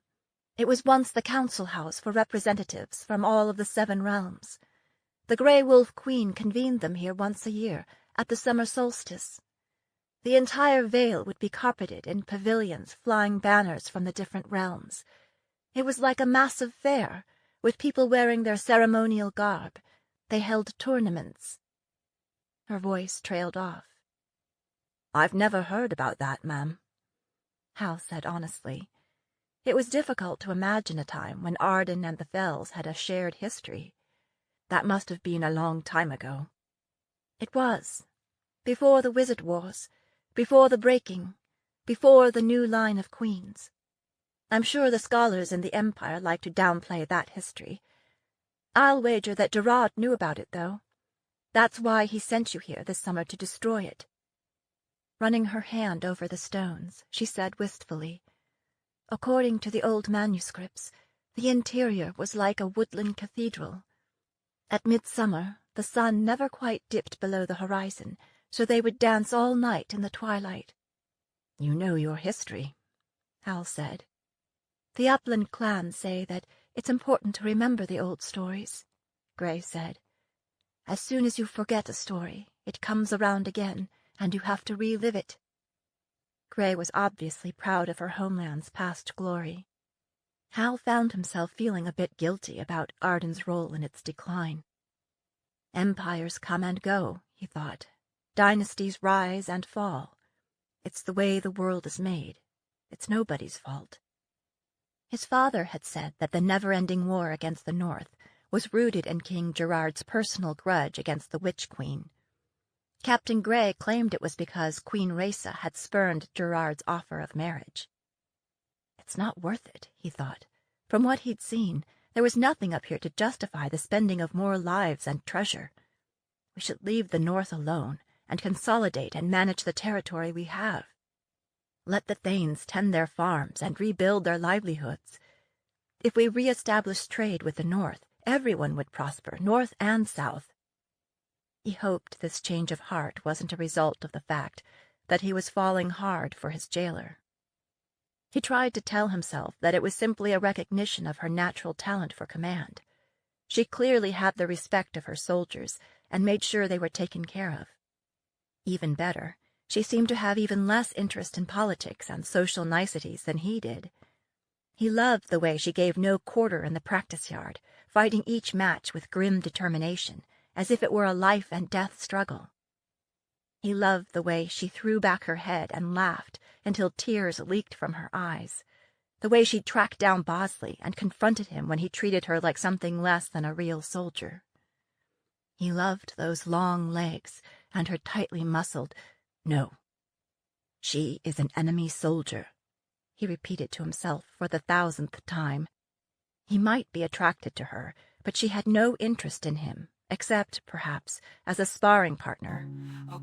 She was brusque, abrupt, openly hostile at times. They'd be having a conversation, and they'd seem to be getting on well, and then it was as if she suddenly remembered who he was, and that was the end of détente. Hal looked up, and Gray was looking down at him, her hands on her knees, studying him with the intensity she brought to every task. He realized he'd fallen silent for too long. "What are you drawing?" he said. eager to change the subject. He was always needing to change the subject with her. She held the sketch pad out to him. He took it and studied what she'd drawn. It was clearly a rough sketch, but the structural detail was amazing. She'd rendered the ruins as they were, but she'd extended them with smoky lines to create a ghostly image of the building as it had once been. You are. I had no idea you were an artist, Hal said. You don't have to sound so surprised, Captain, she said. Anyway, how would you know? I don't have much time for art these days. I think my legacy will be written in blood, not in oils and watercolors. This war won't last forever, Hal said. The question is whether I'll survive the peace. She slid a look at him. Maybe the key is to live in the moment. It's not like we can control the future anyway. A year ago, he might have disagreed. He'd been raised to believe that if a man worked hard, played by the rules, and kept his word, he could make a good life for himself. It was that kind of thinking that had brought him here. Arden always needs capable officers, he thought. They recruited talent from every subject realm. Gray was clearly devoted to her homeland, but she seemed like a practical sort. Maybe he could put in a word once the war was over and find her a command somewhere, maybe in the Down Realms. Gray began gathering up her drawing supplies and sliding them into her carry-bag. You sure spend a lot of time thinking, Captain Madelon, she said. That's unusual in a Southerner. Don't quit working, Hal said. I didn't mean to interrupt you. I'll go and leave you to it. It's getting too dark to see now anyway. Gray leapt nimbly down from her seat on the wall, setting her carry-bag at her feet. She leaned against the wall next to him, her shoulder just touching his, seeming in no hurry to go back. As the wind sent eddies of snow swirling from the tops of the walls, Hal was suddenly aware of how alone they were, in the ruins of the old council house at the dying of the day. Although he could still hear the faint sounds of voices from the campsite, it felt like a million miles away. He wavered, pondering what to do. The truth was, he wanted to kiss this northern girl and go on from there. He wanted her more than any woman he'd ever known.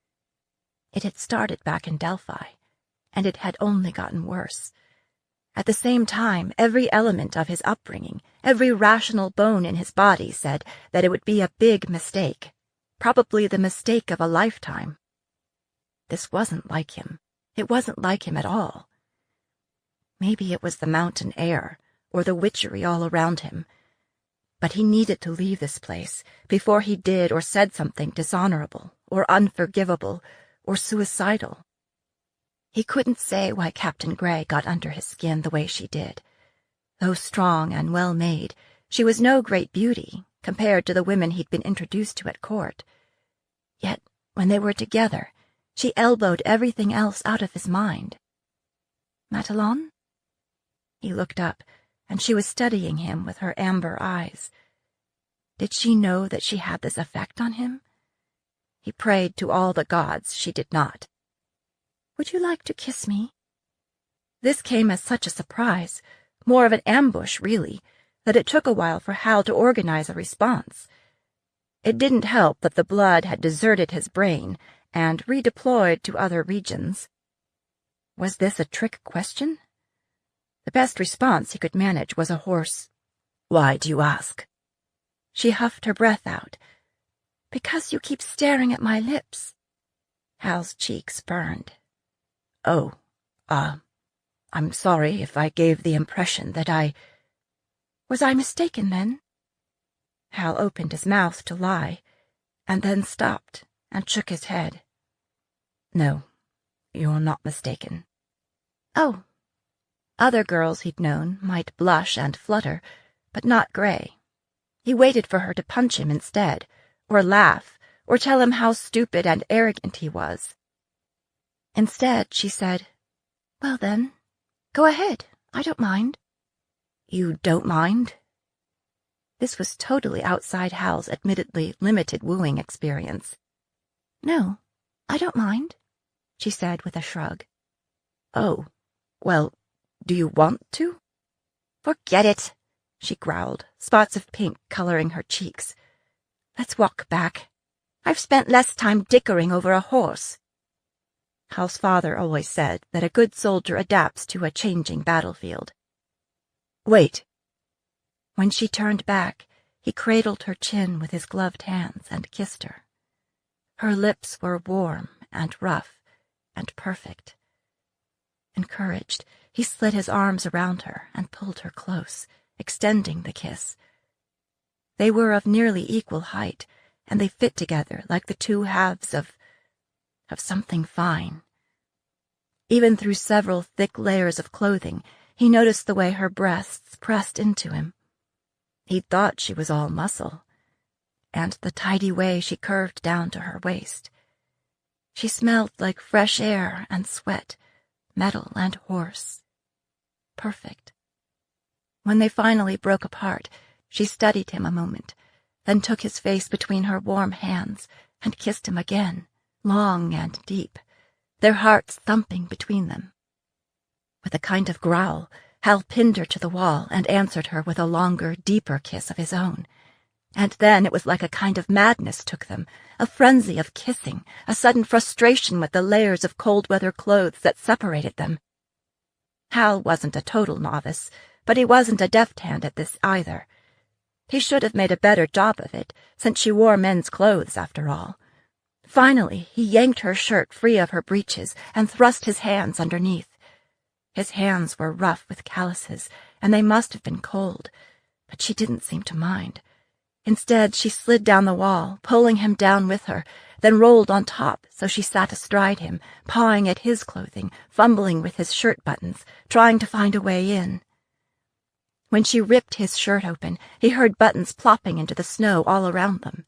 And then she was kissing and nipping at every bit of bare flesh she could get at. Though still fully clothed, they were somehow belly to belly, skin to skin. He was beginning to regret not being the sort of man who carried a sheath around. Besides, how could he possibly go about asking whether she might be willing to— "Captain Gray!" someone shouted, frighteningly near at hand. "Where are you?" "Madelon!" somebody else shouted. They sprang apart like bolts shot from a bow. Gray's cheeks were flushed, and her braid was all but pulled apart.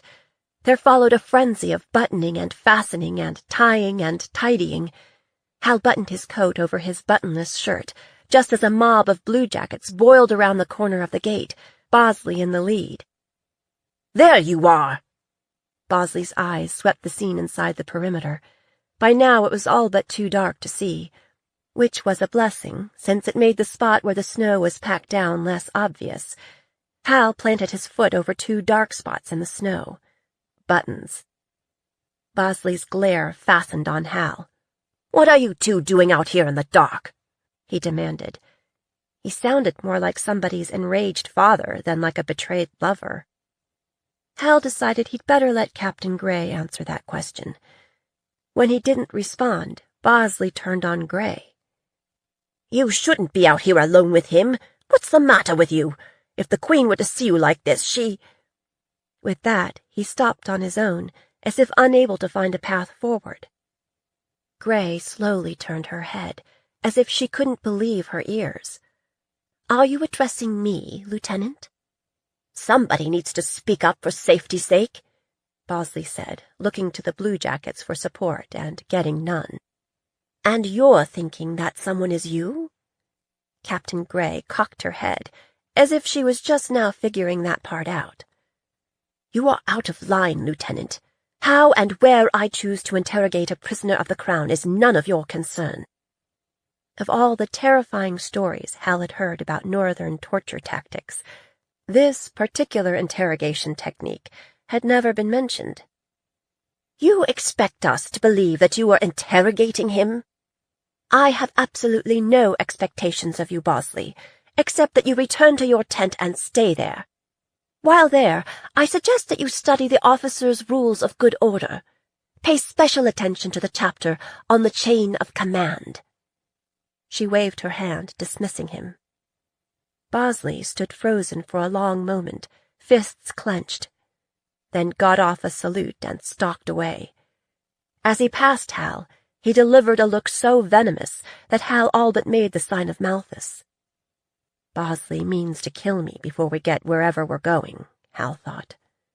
I need to be gone before that happens. 34.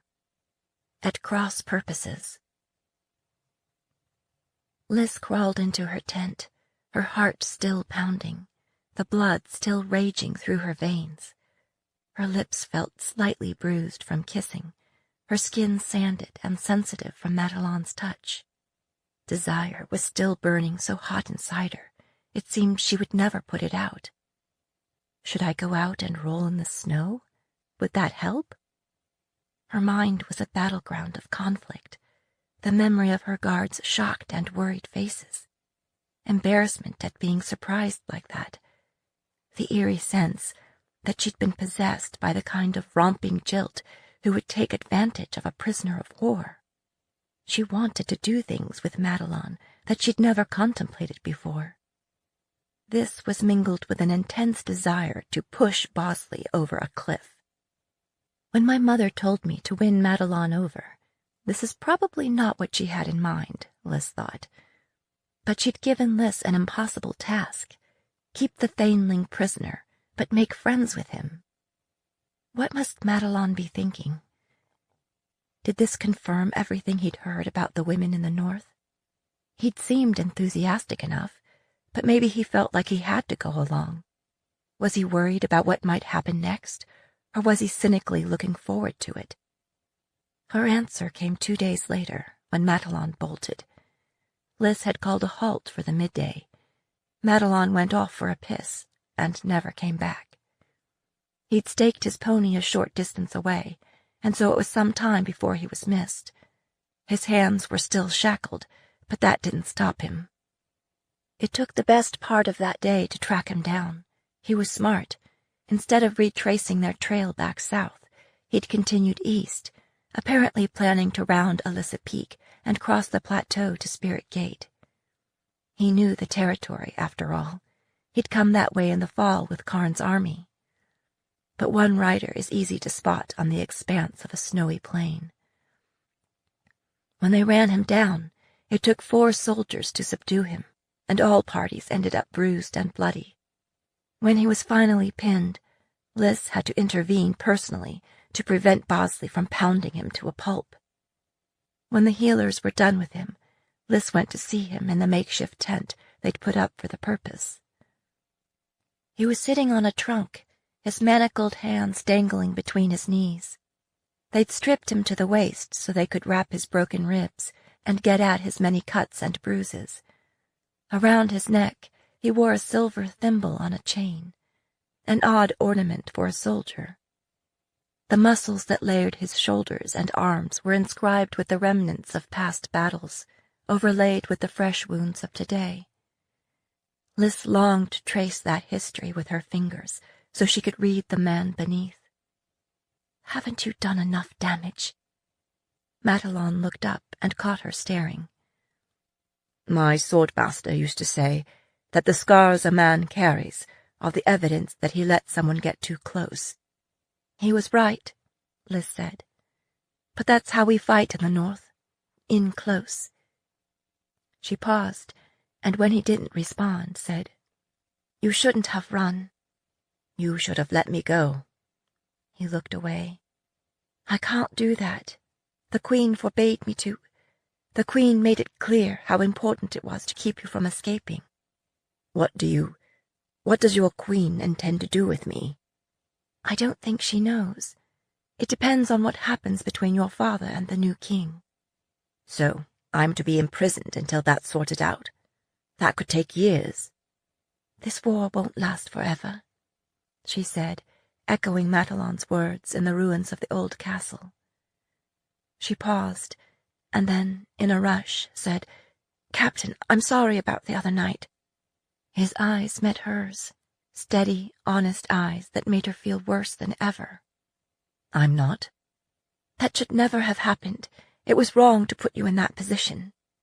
"I rather liked that position while it lasted," he said, without a trace of a smile. If he'd smirked, she would have had to kill him. "I didn't run because of what happened in the ruins.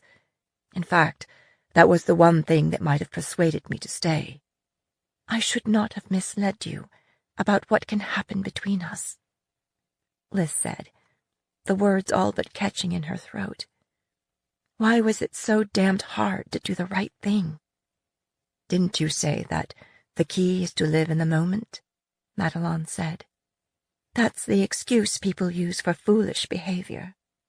"I am not a giddy person," Madelon said, and the whole notion was so ludicrous that Liz might have laughed if she hadn't had this big, aching hole inside. "But I've never met anyone like you. We have so much in common, and yet you've made me question everything I thought I knew. It's—" He looked down at his hands. "It's painful, but I want to keep on with it. I'm teachable, and I think we could be good together, in whatever way makes sense to you." Madelon was no poet either, but he got the job done. "And yet you ran." "Aye," he said. "I ran. My family is in danger. My sister, she's just 13. If what your queen says is true, she's in the jail at Arden's-Court. I've seen it." His face was a mask of worry. "Our lives are at cross purposes," Liz said.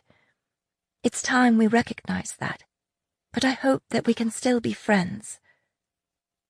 For once, she took no joy in scoring a point on Madelon. "Is this how you treat your friends in the North?" "This is war," Liz said.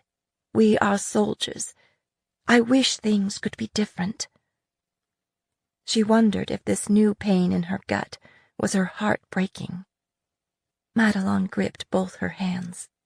"We are soldiers," he said. "We are not game pieces on a board.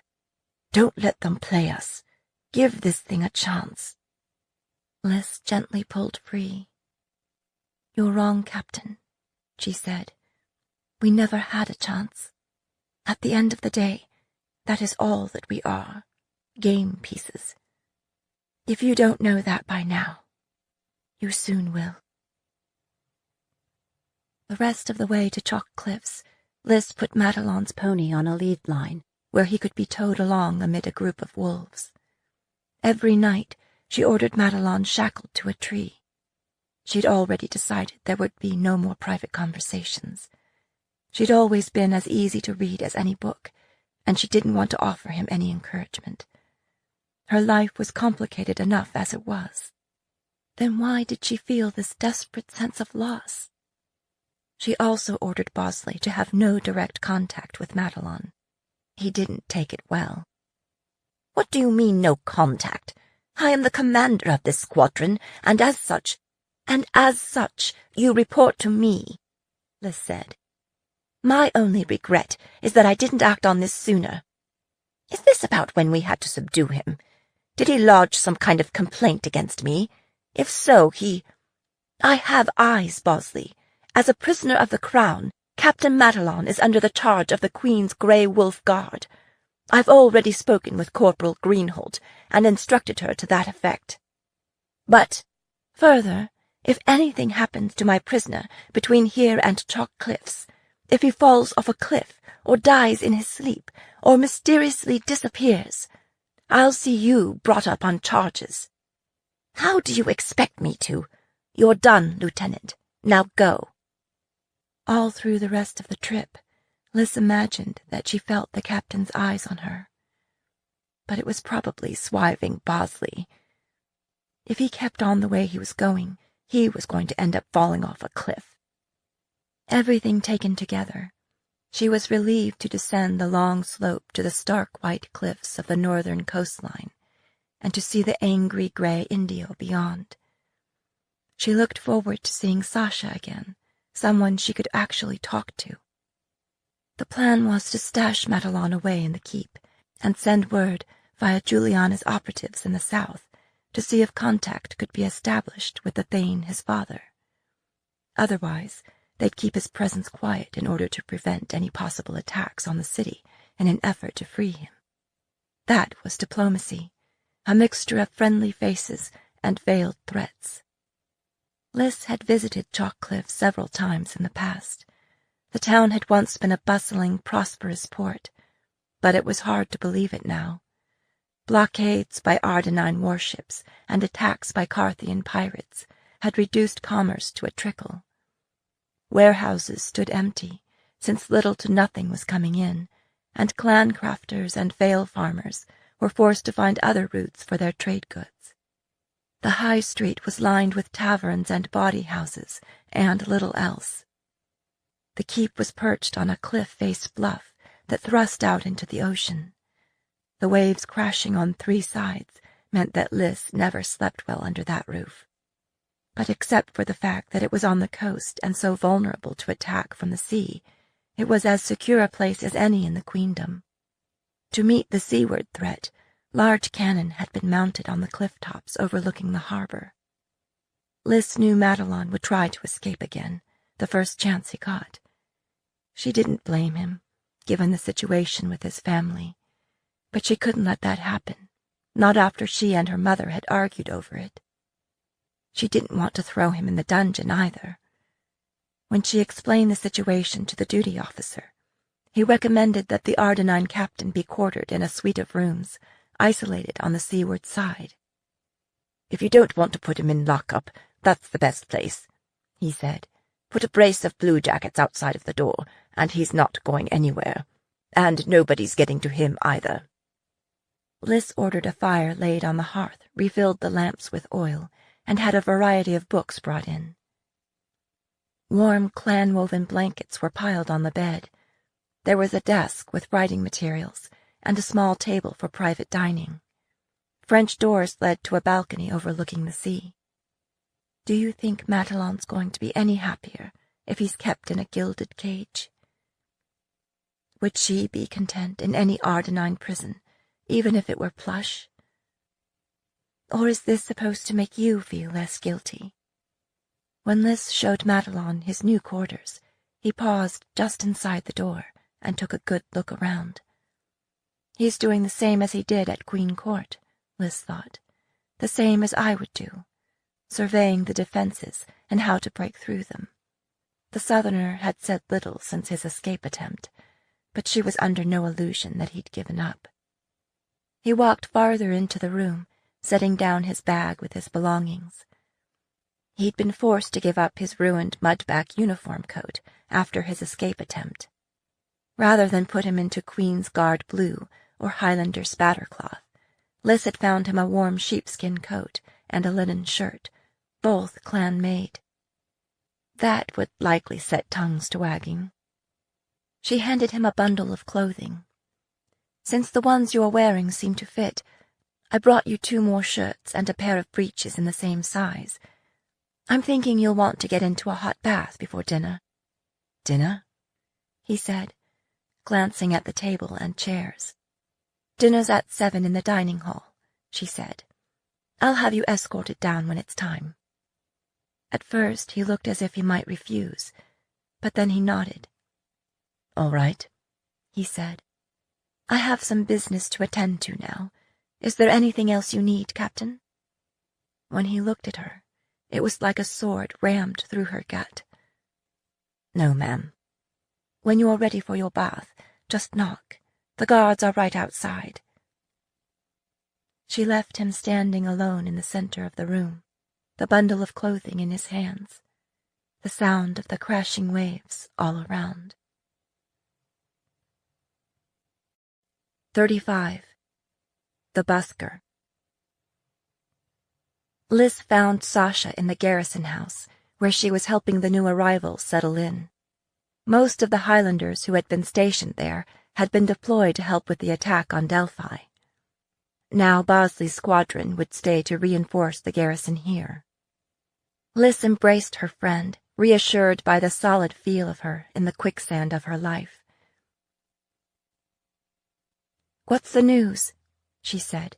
"Have you wrung any more information from the Busker?" Sasha shook her head. If you ask me, it's a waste of time. You're coming all the way out here," she said. "Finn used wizard persuasion to try and get the truth out of him, but it didn't work. Then he set himself on fire, and—" "Finn?" "No, the busker." "What?" Liz stared at her. "Was he badly hurt?" "It burned his arm pretty bad before we could put it out. It's looking a lot better now." "Was he trying to kill himself?" Sasha shook her head.